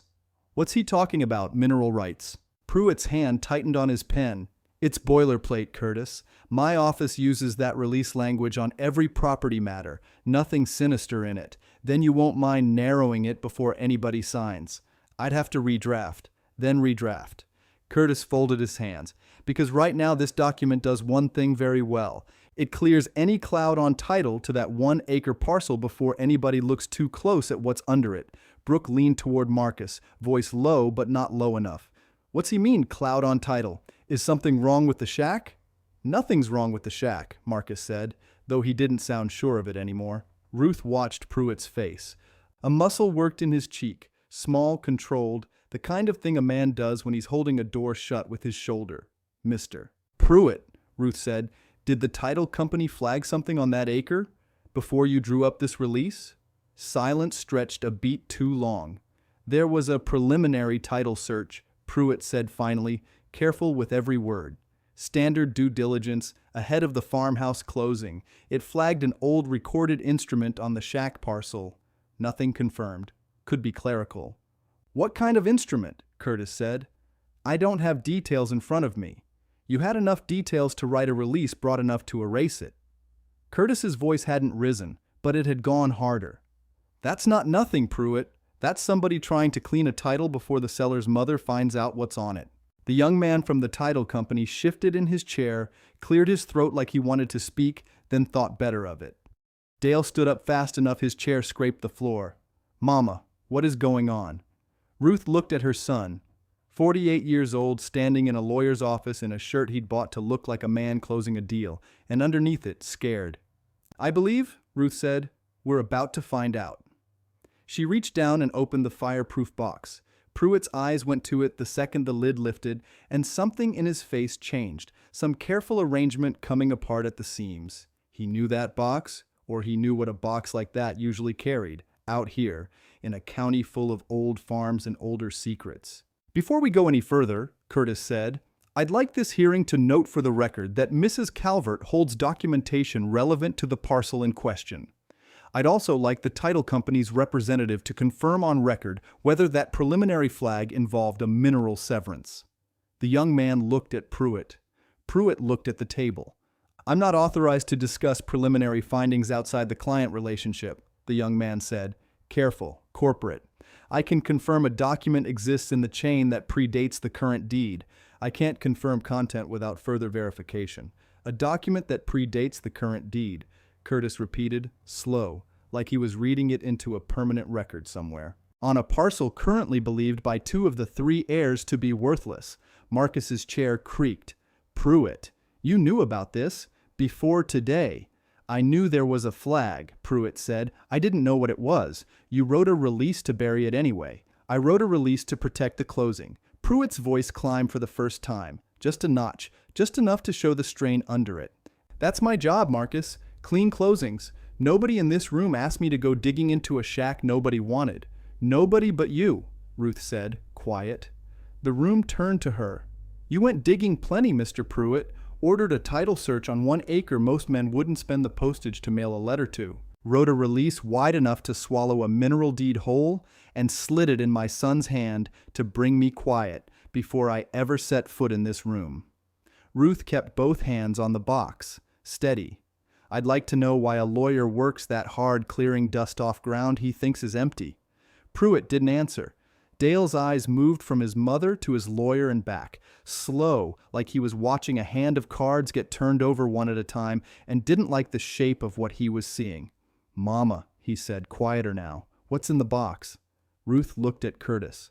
Curtis gave the smallest nod. "Give it a minute, Dale," Ruth said. "We're not there yet." She closed the lid again, gentle, and set both hands flat on top of it, same as she had the whole ride down Route 9. The room stayed quiet around her. 5 people and a title company man all waiting on a widow in a navy dress to decide when the next card fell. Gideon leaned toward her, voice low enough only she could catch it. "You all right?" "I'm exactly where I mean to be," Ruth said. Pruitt straightened his stack of papers, hands not quite steady now, and looked to the door like he was measuring the distance to it. "Perhaps," he said, "we should take a short recess." "No," Curtis said. "I don't believe we should." Curtis Hale didn't wait for Pruitt to finish standing. "We're on the record, and Mrs. Calvert has documents. I'd like her heard before anyone leaves this room." Pruitt sat back down slow, like his knees had gone soft. Ruth opened the fireproof box a second time. She lifted out the deed first, the old one, Hollis's name still dark across the top of it, then the waxed envelope, brittle at the fold, then a folder from Curtis, clean copy stapled and ready. "Mama," Dale said again, "please." "You'll get your turn to talk," Ruth said. "This is mine." She slid the deed across the table toward Pruitt. He didn't touch it right away. "That's a mineral rights deed," Curtis said. "For the record, for the young man with the laptop. Recorded 1962, Rockcastle County Courthouse. Severs the gas and coal seam under 1 acre from the surrounding farm parcel." "Which acre?" Marcus said, though he already knew. Ruth watched it land on his face before the words finished leaving his mouth. "The shack," Ruth said. "Coldwater Creek acre. The one nobody wanted." Brooke's hand went flat on the table like she needed it to hold her up. "That's not possible. That land's got no road frontage, no septic. Half the roof's caved. Didn't say the ground was pretty," Ruth said it was recorded. Pruitt finally picked up the deed. His eyes moved fast down the page, the way a man reads when he's hoping to find a hole in something and not finding one. "This predates the current deed of record," he said. Quiet now, all the starch gone out of his voice. "That's the flag your title company found," Curtis said. "The one you tried to bury under a release wide enough to cover it." Gideon leaned forward, tapped the bottom corner of the page where the notary's stamp sat, faded but whole. "I can speak to that seal, if it helps the record." Pruitt looked up. "You a title examiner now, Mr. Marsh?" "No, I'm a man who worked 40 years at Calvert's Mill and watched Hollis drive to Corbin one spring afternoon in 1962 for no reason anybody in this county could name at the time." Gideon's voice didn't rise, didn't need to. "Told me he had business at the notary's. Wouldn't say what kind. I thought it was foolishness. Turns out it was this." The room sat with that a moment. Dale's jaw worked like he was chewing on something that wouldn't go down. "He split the mineral rights off," Ruth said. "Same year he built that shack's back wall with his own hands. Told me once, half joking, 'I didn't leave you the house, Ruthie. I left you the ground that matters.' I didn't understand him. Man's been dead 8 months, and I only understood him last week." Nobody in the room said anything for a long moment. The air conditioner cycled off, and the quiet that followed it had weight. The young title man cleared his throat again, laptop screen angled away from the table. "If this instrument is valid and recorded, it would predate and supersede any conveyance of mineral rights implied in the current farm deed. The severance would still control." "Meaning what?" Dale said. "Say it plain. Meaning your mother owns what's under that acre, not the estate, not the farmhouse buyer. Her." Dale sat back like he'd been pushed. "That shack's worthless. Everybody said so." "You said so, Marcus. I said so at the reading. I laughed about it right in this." He stopped. Ruth watched him hear his own words catch up to him. "You did laugh," she said. "Right at that table. Right where you're sitting now, more or less." Dale's face had gone the color of old plaster. "Rockcastle Energy sent me a letter," Ruth said. "Offered $2.1 million for a lease on that seam. I didn't sign it. Wanted the deed recorded proper first. Wanted a lawyer who wasn't already working for somebody else in this room. Brooke made a sound low in her throat, somewhere between a laugh and something else. $2 million on the shack acre. She looked at Marcus. We toured Meadowbrook for her deposit money off a house sale that's worth a sixth of that. Not now, Brooke, Marcus said. When, then? When's a good time to find out we split $340,000 while she was sitting on $2 million and change? Pruitt set the deed down flat, both hands on the table like he needed it steady. Mrs. Calvert, I'll want this examined by an independent title office before anyone treats it as controlling. Curtis already did, Ruth said. County recorder confirmed it Tuesday. Severance never lapsed. Never got challenged, never got bought back. Sat quiet in that courthouse 58 years, same as it sat quiet behind that wall. Then this hearing can't proceed the way it was noticed, Curtis said. Not for the farmhouse closing and certainly not for any release touching that parcel. I'd ask the title company representative to withdraw the closing documents until this is sorted through proper channels. The young man nodded, already reaching for his laptop. I can note the files on hold pending verification, which, he added, glancing at the deed once more, I don't expect will take long. That looks clean to me. Dale hadn't moved. He was staring at his mother the way a man stares at a hand he thought he already knew the cards of. 22,000, he said, half to himself. I put 22,000 down on the lake house off the farmhouse sale closing next month.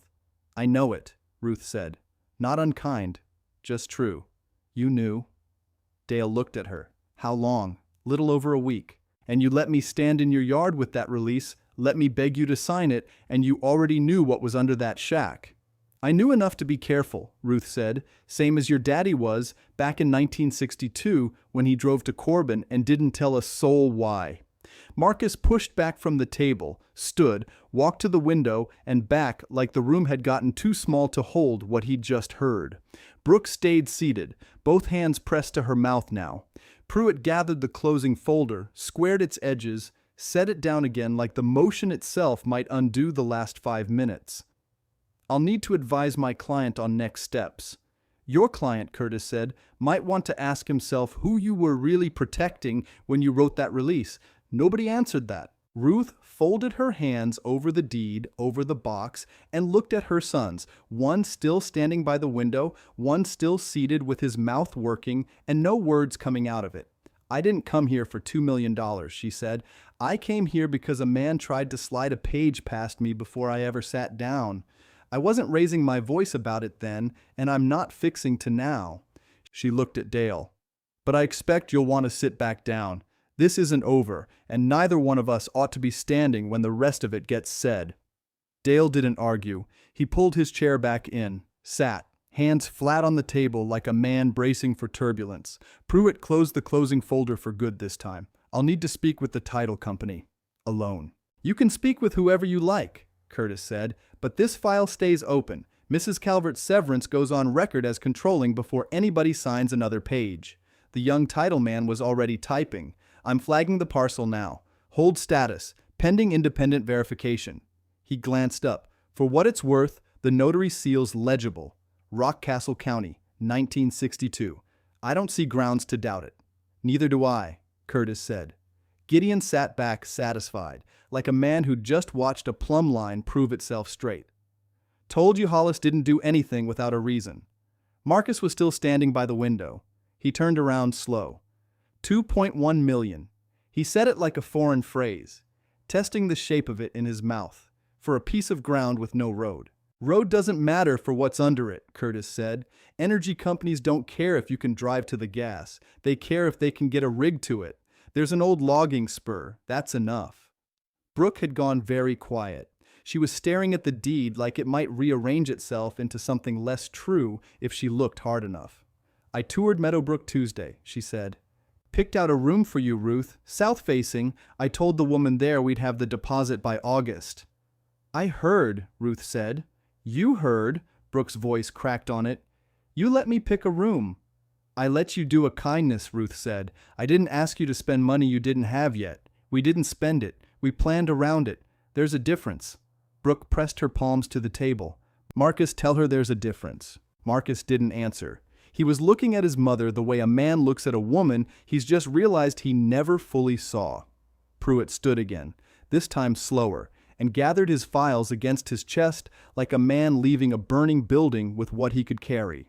"I'll be in touch with all parties once the title issue is resolved. You'll be in touch with the Bar Association first, most likely," Curtis said, not unkind, just plain. "A lawyer who drafts a release to bury a known title defect has some explaining to do. That's not my fight, but it'll be somebody's." Pruitt's jaw tightened. He didn't answer that either.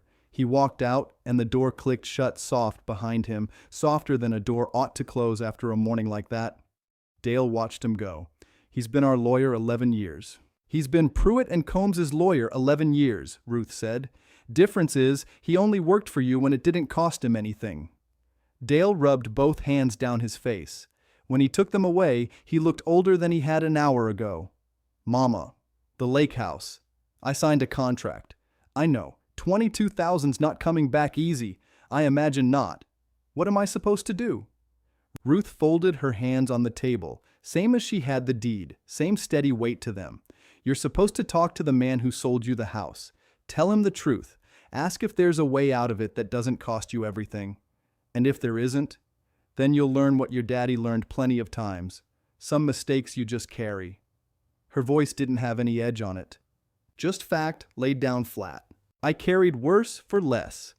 The room sat with that. The title man closed his laptop, quiet, like a man trying not to be noticed leaving a wake. Marcus finally sat back down, across from her, close enough that she could see the tired around his eyes. "Mama, I want to ask you something, and I want you to believe I mean it plain, not sideways. Ask it. Did you know? Before the reading. Did Daddy tell you what was under that acre before he passed?" Ruth looked at him a long moment. "No," she said. "He told me a riddle 8 months before he died, and I didn't understand it till last week, with a crowbar in my hand and a board that wouldn't sit right no matter how many times I nailed it back. So he never said it plain either. No, he left me a wall instead of a sentence." Ruth almost smiled at that. Small, tired. Man never did trust plain sentences. Said they got misquoted too easy. Gideon huffed something like a laugh under his breath. "That does sound like him." Brooke wiped under her eyes with one knuckle, careful of her makeup even now. "So what happens next? With the lease, with all of it?" "Recorder's office confirmed the severance Tuesday," Curtis said. "Once the farmhouse closing's untangled from it, Mrs. Calvert's free to negotiate the lease on her own terms. I'd advise getting a second appraisal before she signs anything. Rockcastle Energy's first offer is rarely their best one. $2.1 million was their first offer," Marcus said. Faint. Correct.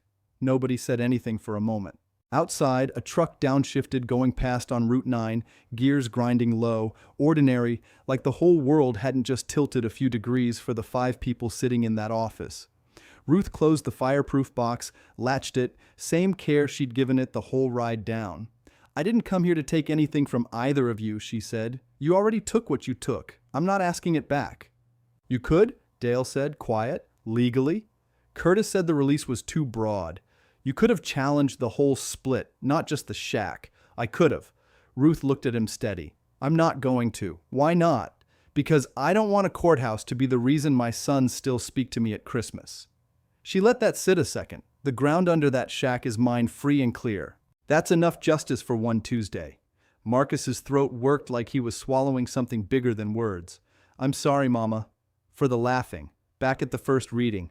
I laughed too. I just did it quieter than Dale." "I remember," Ruth said. "Quiet laughing still counts. I know it." He didn't look away from her, though it looked like it cost him something to hold still. "I mean it. I'm sorry." Ruth studied him a moment, the way she'd studied Hollis's handwriting on an envelope 40 years worn. "I hear you, Marcus," she said. "I'm not saying it's fixed. I'm saying I hear you." That was as far as she'd go, and something in Marcus's face told her he understood the difference and wasn't fixing to push past it. Dale hadn't said sorry yet. He sat with his jaw working. $22,000 and a laugh 8 months old both sitting heavy on him at once, and Ruth didn't wait on him to find the words. She stood, box under her arm, and Gideon stood with her. "Curtis'll have my number if anybody needs it," Ruth said. "I expect Rockcastle Energy will call before the week's out. I aim to have better sense than to sign the first thing they slide across a table." "You will," Gideon said. "Same sense you've had the whole while." They walked out past the receptionist's desk, past the same window unit rattling in its frame, out into July heat thick enough to lean on. Dale caught up with them in the parking lot, jacket off now, tie loosened, looking less like a man closing a deal and more like a man who'd aged a decade since breakfast. "Mama." He stopped a few feet off, hands in his pockets. "I don't know what to say to you." "You don't have to say anything today," Ruth said. Today wasn't for saying things. Today was for laying it out where everybody could see it plain. "I laughed at you," Dale said, "in front of Pruitt, in front of Marcus. I laughed like you were the punchline. You did. I've thought about that laugh every day since. Didn't know why it kept bothering me till just now." His voice caught, rough. "It bothered me because I knew it was cruel when I did it. I just didn't care yet." Ruth looked at her oldest son a long moment, the July light hard on both of them, the parking lot gravel crunching under Gideon's boot as he shifted his weight, giving them room without stepping away.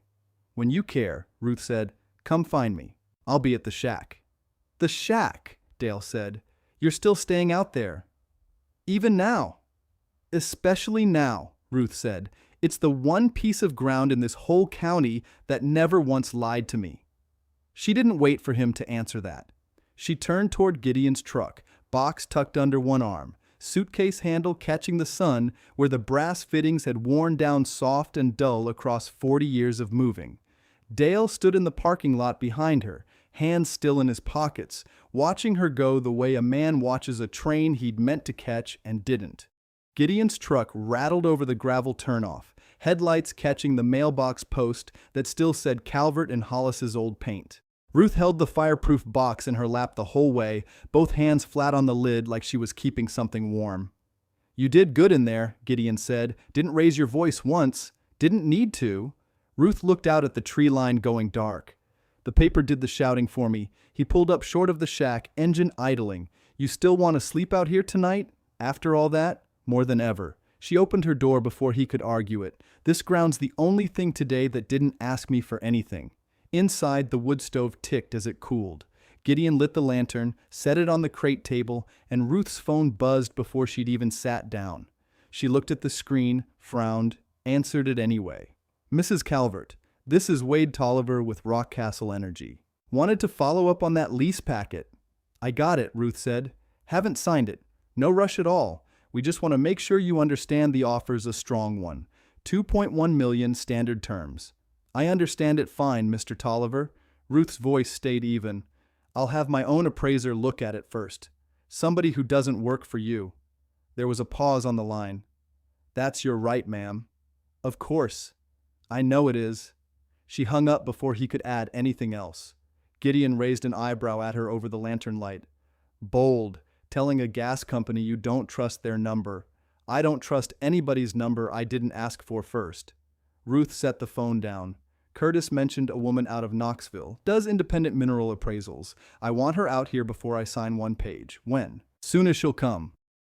The appraiser drove out that Friday, a trim woman named Sylvia Reed with a rock hammer clipped to her belt and a laptop bag over one shoulder. She walked the acre behind the shack twice, checked coordinates against a survey map, crouched at the creek bank a long while looking at the shale. "Seam runs deeper here than the company's letter states," Sylvia said, standing, brushing dirt off her knees. "That's not unusual. They lowball the depth. It makes the lease sound generous when it isn't." Ruth stood with her arms crossed. "So what's it worth?" "Full royalty terms, proper depth accounted for, signing bonus included." Sylvia tapped her laptop closed. "I'd tell you not to take a penny under 2.3 million. And I'd ask for 150,000 of that up front, not spread out." Gideon let out a low whistle. 2.3. "Rockcastle's first offer was low by 200,000, Sylvia said. "They do that. Most folks don't have anybody to check their math." Ruth looked out toward the creek, quiet a moment. "Hollis used to say a man who won't show his numbers is hiding something in them." "Sounds like a man who knew what he was doing," Sylvia said. He usually did. Ruth almost smiled, just didn't always say so out loud. She shook Sylvia's hand, thanked her, watched her drive off down the spur road in a car that handled the ruts better than Gideon's truck ever had. Then she sat down on the porch step, the same step Hollis had built with his own hands, and let the evening settle over the creek. Her phone buzzed again, Dale's name on the screen this time. She almost let it ring through, then answered, "Mama." His voice sounded thin, like he hadn't slept. "I talked to the man selling the lake house. And? He's willing to let me out of it. Keep $6,000 as a cancellation fee."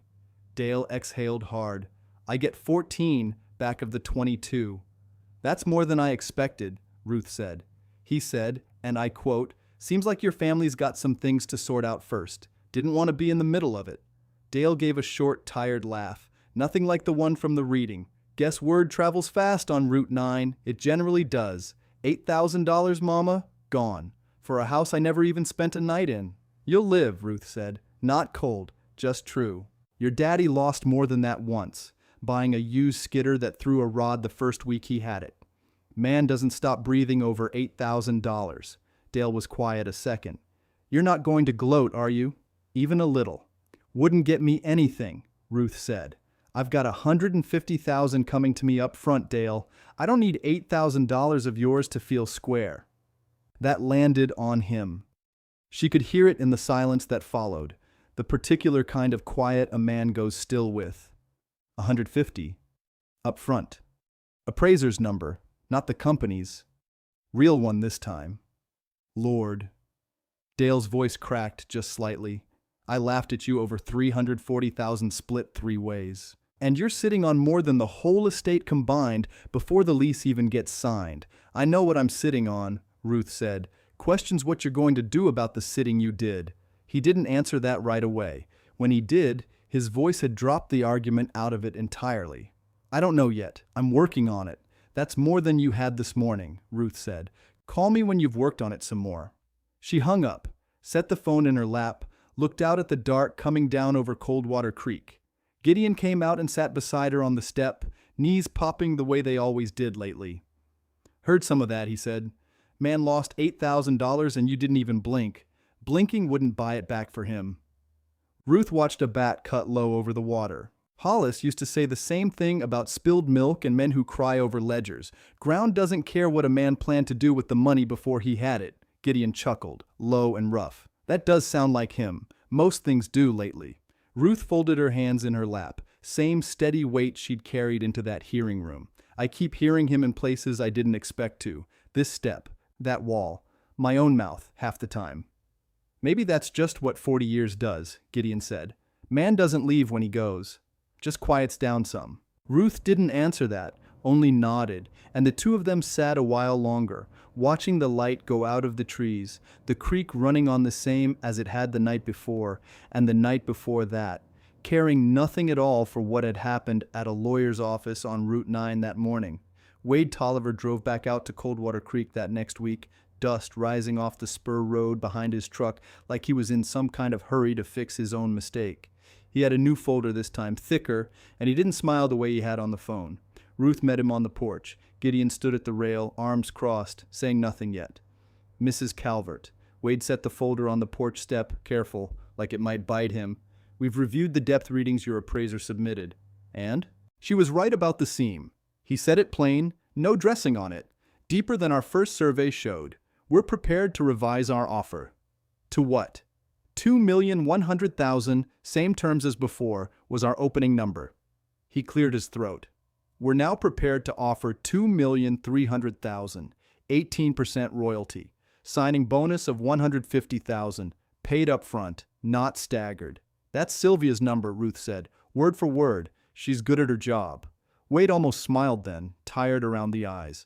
"We'd rather pay it than fight it in front of a judge who reads her reports too." Gideon let out a low sound, half a laugh.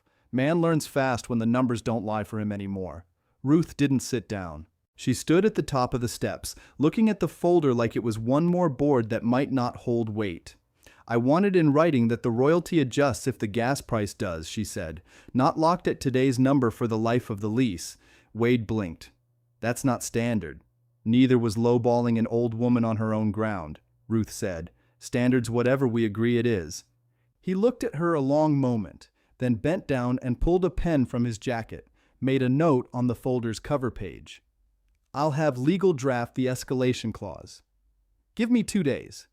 Take 3, Ruth said. I've got a roof needs looking at. He almost laughed at that, caught himself, and didn't. He shook her hand instead, formal, like he was closing something bigger than a lease and knew it. When he'd driven off, Gideon came up onto the porch and sat on the step, same one Hollis had built. $2,300,000, he said, plus royalty that moves with the market, plus $150,000 up front, Ruth said. Enough to fix the roof and still have most of it left over. Hollis would have liked that clause you asked for, the one about the market moving. Gideon shook his head, half a smile on him. Man never trusted a number that couldn't change. No, Ruth said. He didn't trust much that stood still. She sat down beside him, the folder in her lap now, heavier than its pages should have made it. The creek ran on below them, same as always, not caring one way or another what had just been signed on a porch step.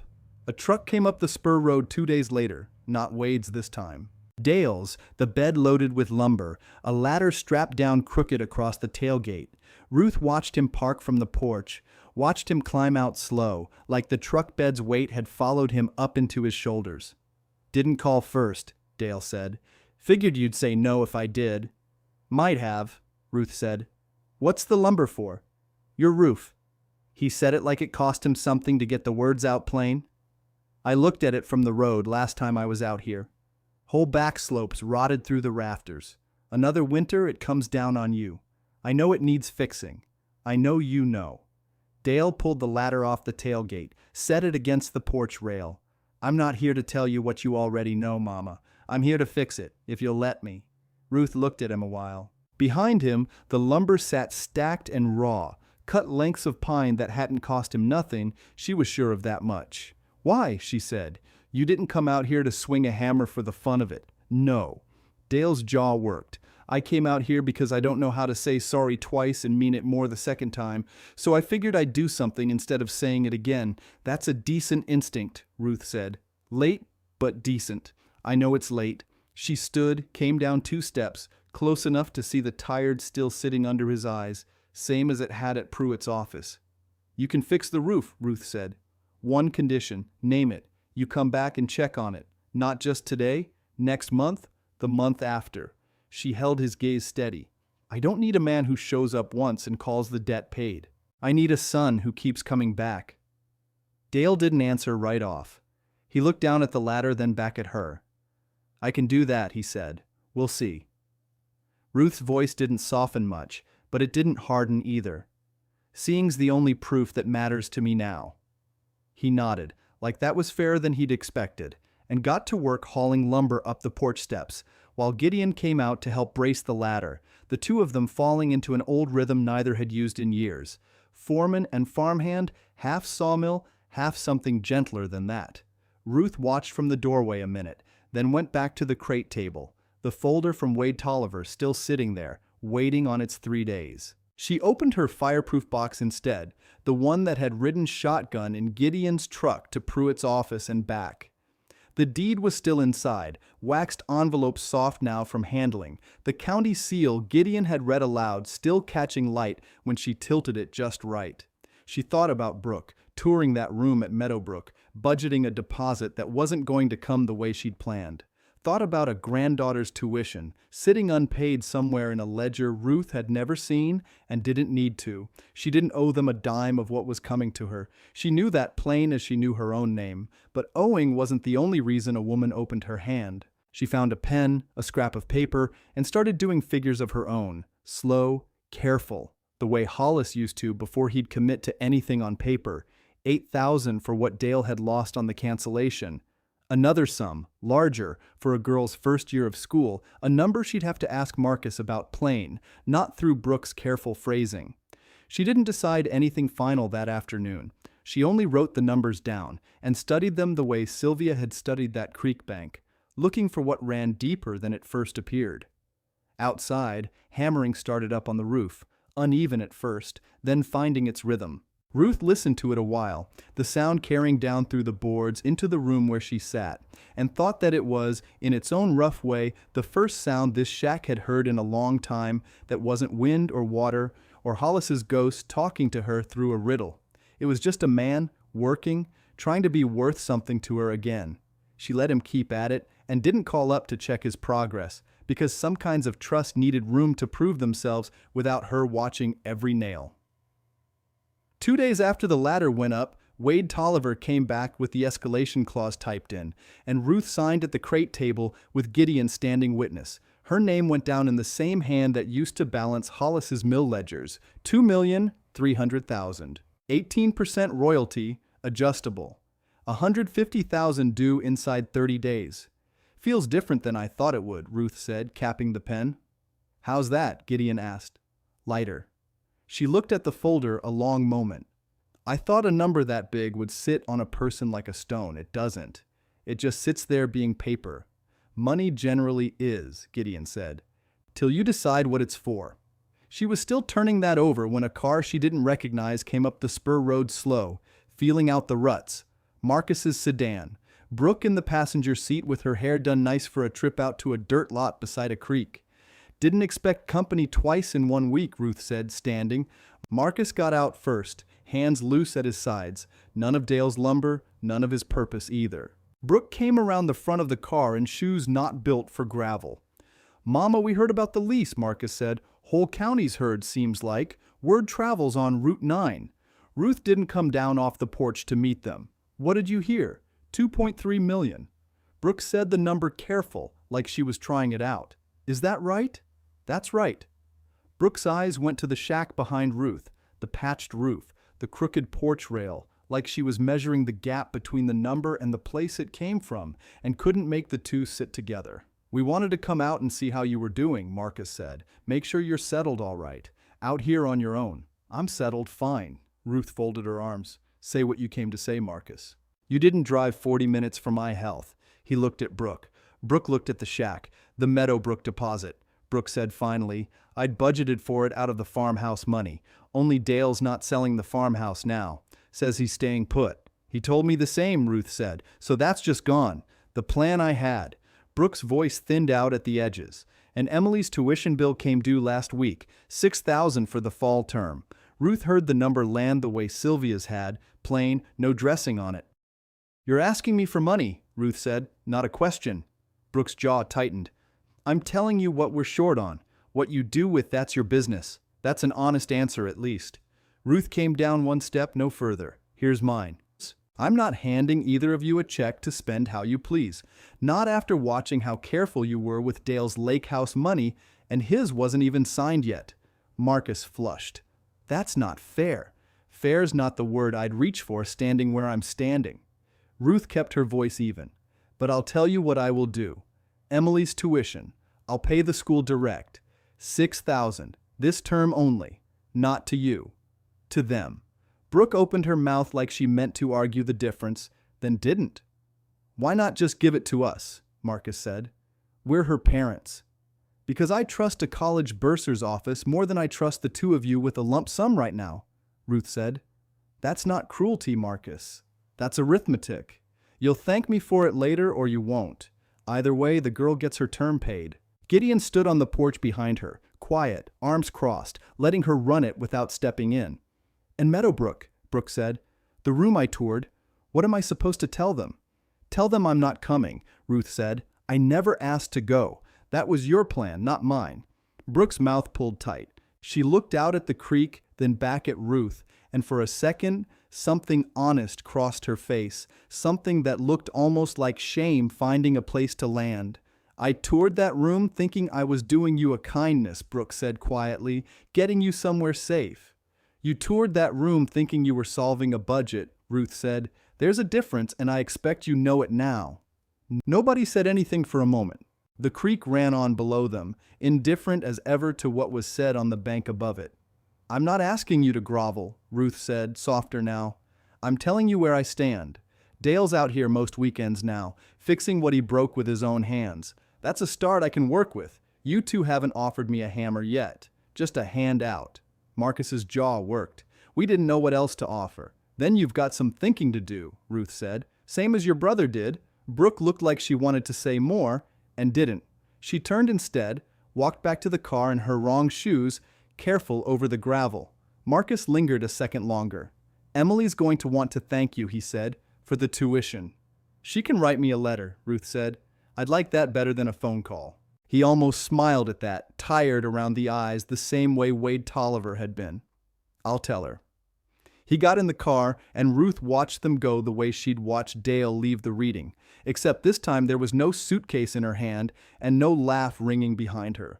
Just two taillights easing down the spur road, careful over the ruts, gone.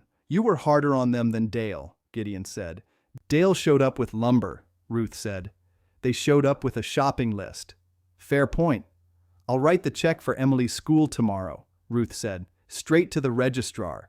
Not another dime beyond it. Gideon nodded slow. Hollis would have done the same. Split it by what folks earned, not what they asked for. Hollis split a lot of things by what folks earned. Ruth looked back at the shack, at the patched roof catching the last of the light. Took me 8 months and a hidden deed to learn he'd been doing it with me too. She went back up the steps, and Gideon followed, and the evening came down slow and gold over Coldwater Creek, the way it did most nights now, nobody left to argue with it. The rain came 2 weeks after Dale's roof went on, hard rain, the kind that used to find every gap in the old shingles and drip steady into a bucket by the hearth. Ruth lay awake listening for that drip. It didn't come. She got up anyway, walked the length of the front room in her housecoat, checking the ceiling boards by lantern light. Dry, every one of them. Well, she said out loud, to nobody but the dark. He did it right. Dale showed up again that Saturday, truck idling at the bottom of the spur road before he even cut the engine. He climbed the ladder without asking, walked the new slope on his knees, checking the seams. Held fine through the storm. Ruth called up to him. I know, I drove out Wednesday night to check. Didn't want to wake you, so I just looked from the yard. He came back down, wiped his hands on his jeans. Lumber ran me near $400. Paid it out of what's left after the down payment. You didn't have to tell me that. I wanted you to know it cost me something, not just time. Dale looked at her steady. Figured you'd want proof it wasn't cheap talk. It's a start, Ruth said. I told you that already. You did. He folded the ladder, laid it flat in the truck bed. I'll be back next month. Check the flashing before winter sets in proper. I'll be here. He almost smiled, climbed in the truck, and drove off slow over the ruts. Careful the way he hadn't been careful in years. Ruth watched him go and didn't call after him, because Gideon was right about one thing. Trust needed room. It didn't need her standing at the rail counting his visits out loud. A letter came the following week, dropped in the mailbox Gideon had nailed to a post at the top of the spur road, since the shack itself still had no proper address to speak of. Ruth found it on one of her walks up for the mail, a plain white envelope. Her name in careful looping handwriting she didn't recognize at first.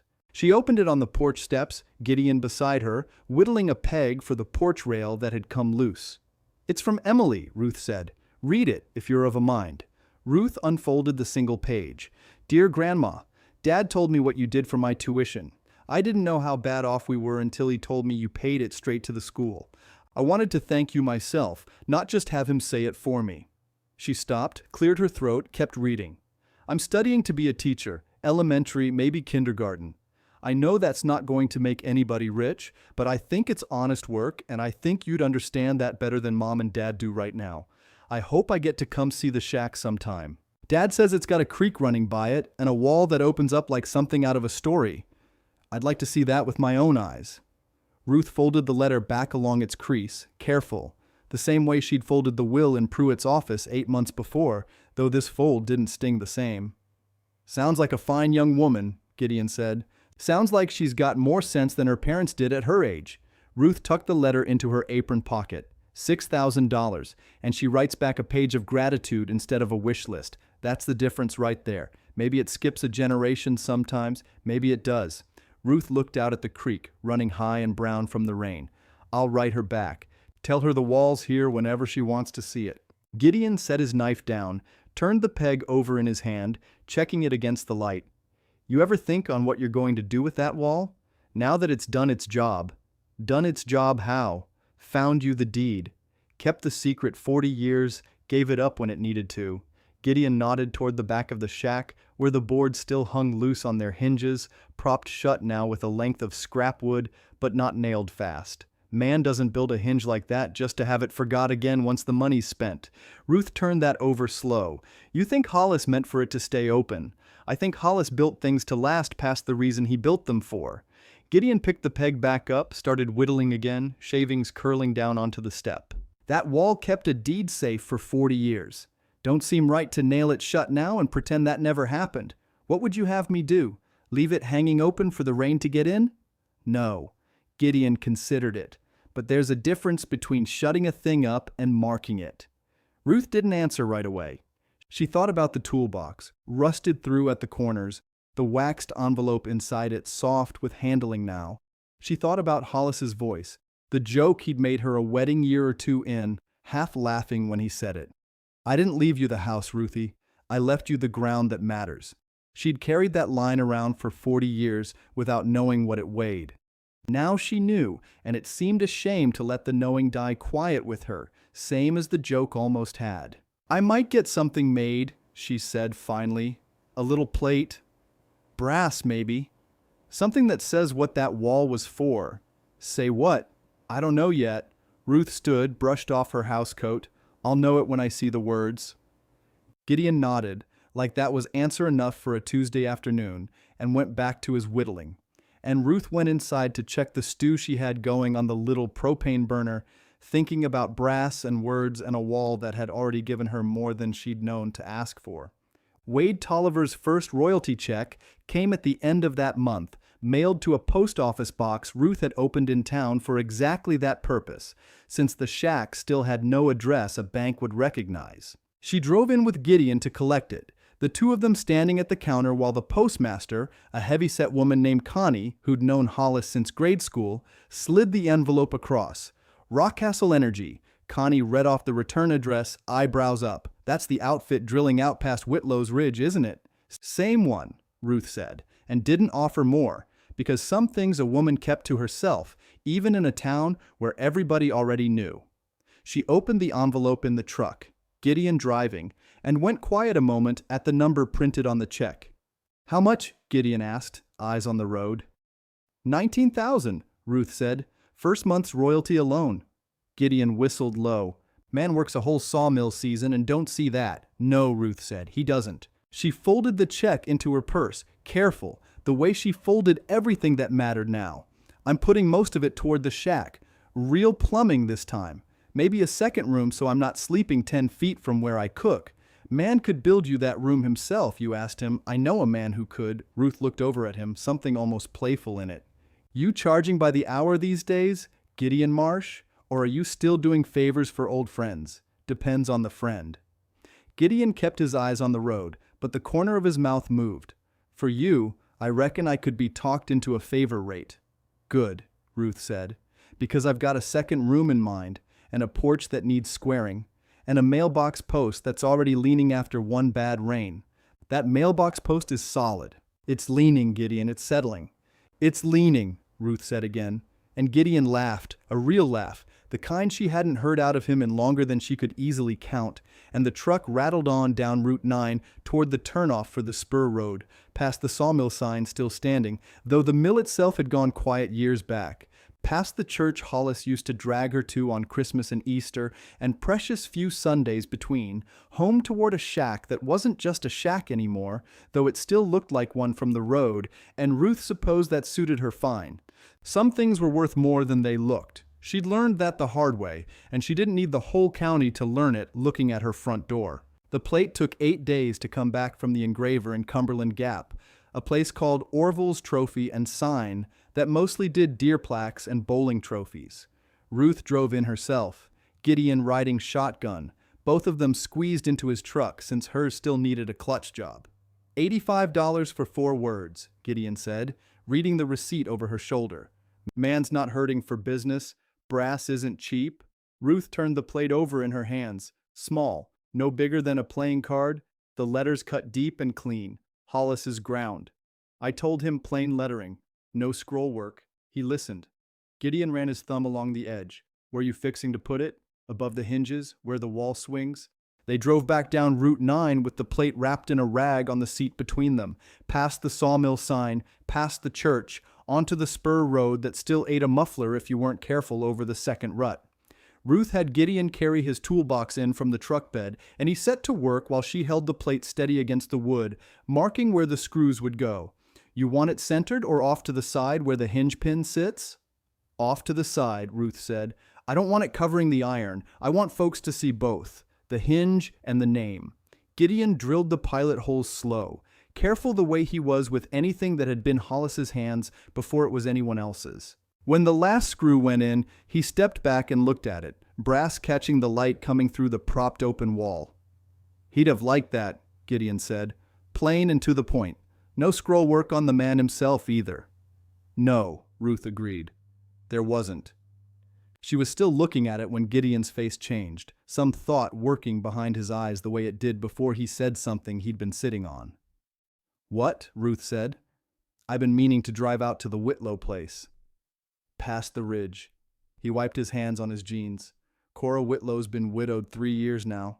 Same age as you, near enough. Her boys are talking about selling off the back 40 to a solar outfit. What's that got to do with my Hinges? Cora's husband ran timber alongside your Hollis for 30 years. Same era, same handshake deals, same notary 2 counties over when it suited them. Gideon looked at the brass plate, then at Ruth. I got to thinking. If Hollis carved off his mineral rights quiet in '62, wasn't a thing stopping other men from doing the same. Times were the same for all of them. Ruth went still.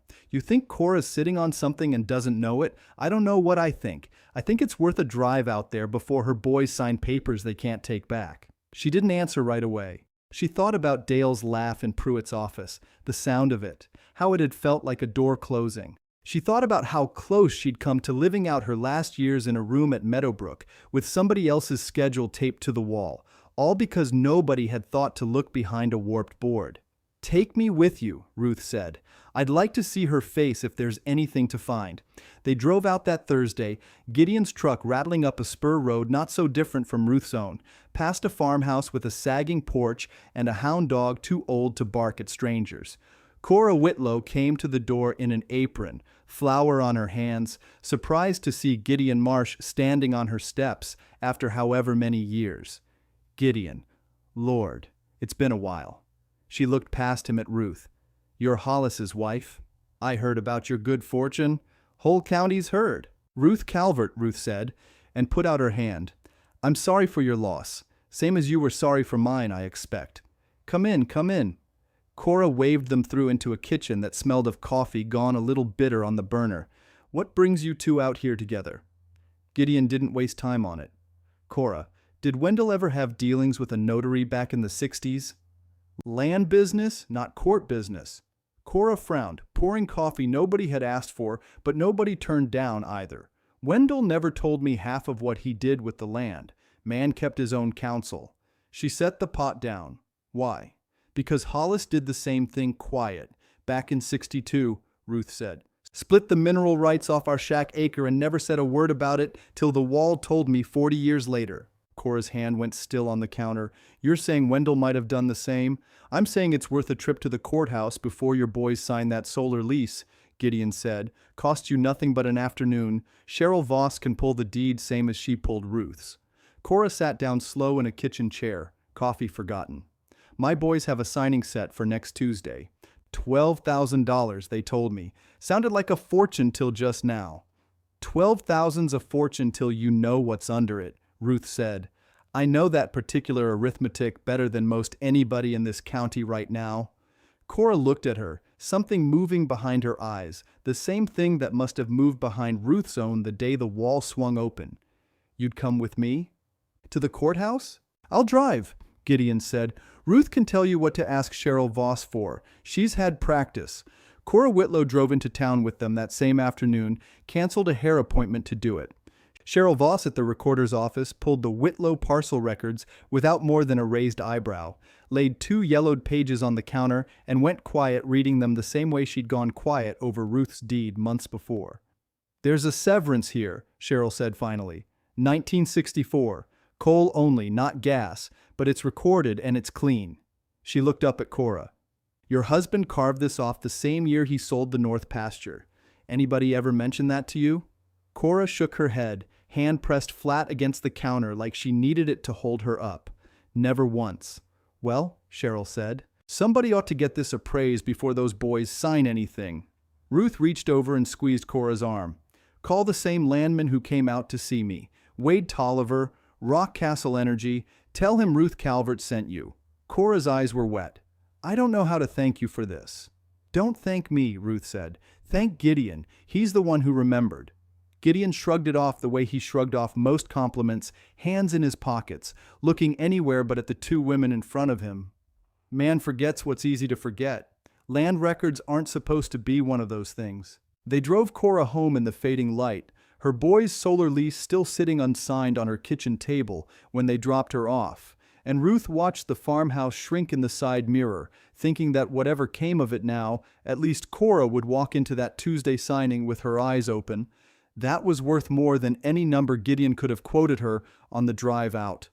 Back at the shack that evening, Ruth stood at the open back wall with a lantern in her hand, the brass plate catching the low light, same as it had that morning. The hinges hung wide, same as they'd hung since the day she pried at that warped board, and she'd never had them closed again. Not once, not through rain, nor cold, nor the long stretch of nothing that came between. Gideon came around from the truck, a coil of rope over his shoulder for the porch rail he still hadn't finished. He stopped beside her, looked at the plate, looked at the dark cellar mouth behind it. "You ever gonna shut that up proper?" he asked. "Put a door on it, keep the damp out?" "No," Ruth said. "I want it open. I want anybody who walks back there to see exactly what it took to get found. 40 years. 40 years and a hinge nobody thought to oil." She reached out, touched the cold iron. "Hollis built it to last past his own reason for building it." "You said that yourself." "I did." "Well, it has." Ruth lowered the lantern, and the light caught the brass one more time. Hollis's ground plain and unadorned above the iron that had kept a family's whole fortune quiet for 2 generations. Let it stay open. Let the light get in. Gideon nodded, said nothing more, and went back to his rope and his rail. And Ruth stood a while longer in the doorway of the shack that was hers alone now, watching dusk settle over Coldwater Creek the way it always had, indifferent and patient, waiting on nothing. The wall stayed open through that winter and everyone after. The brass never dulled.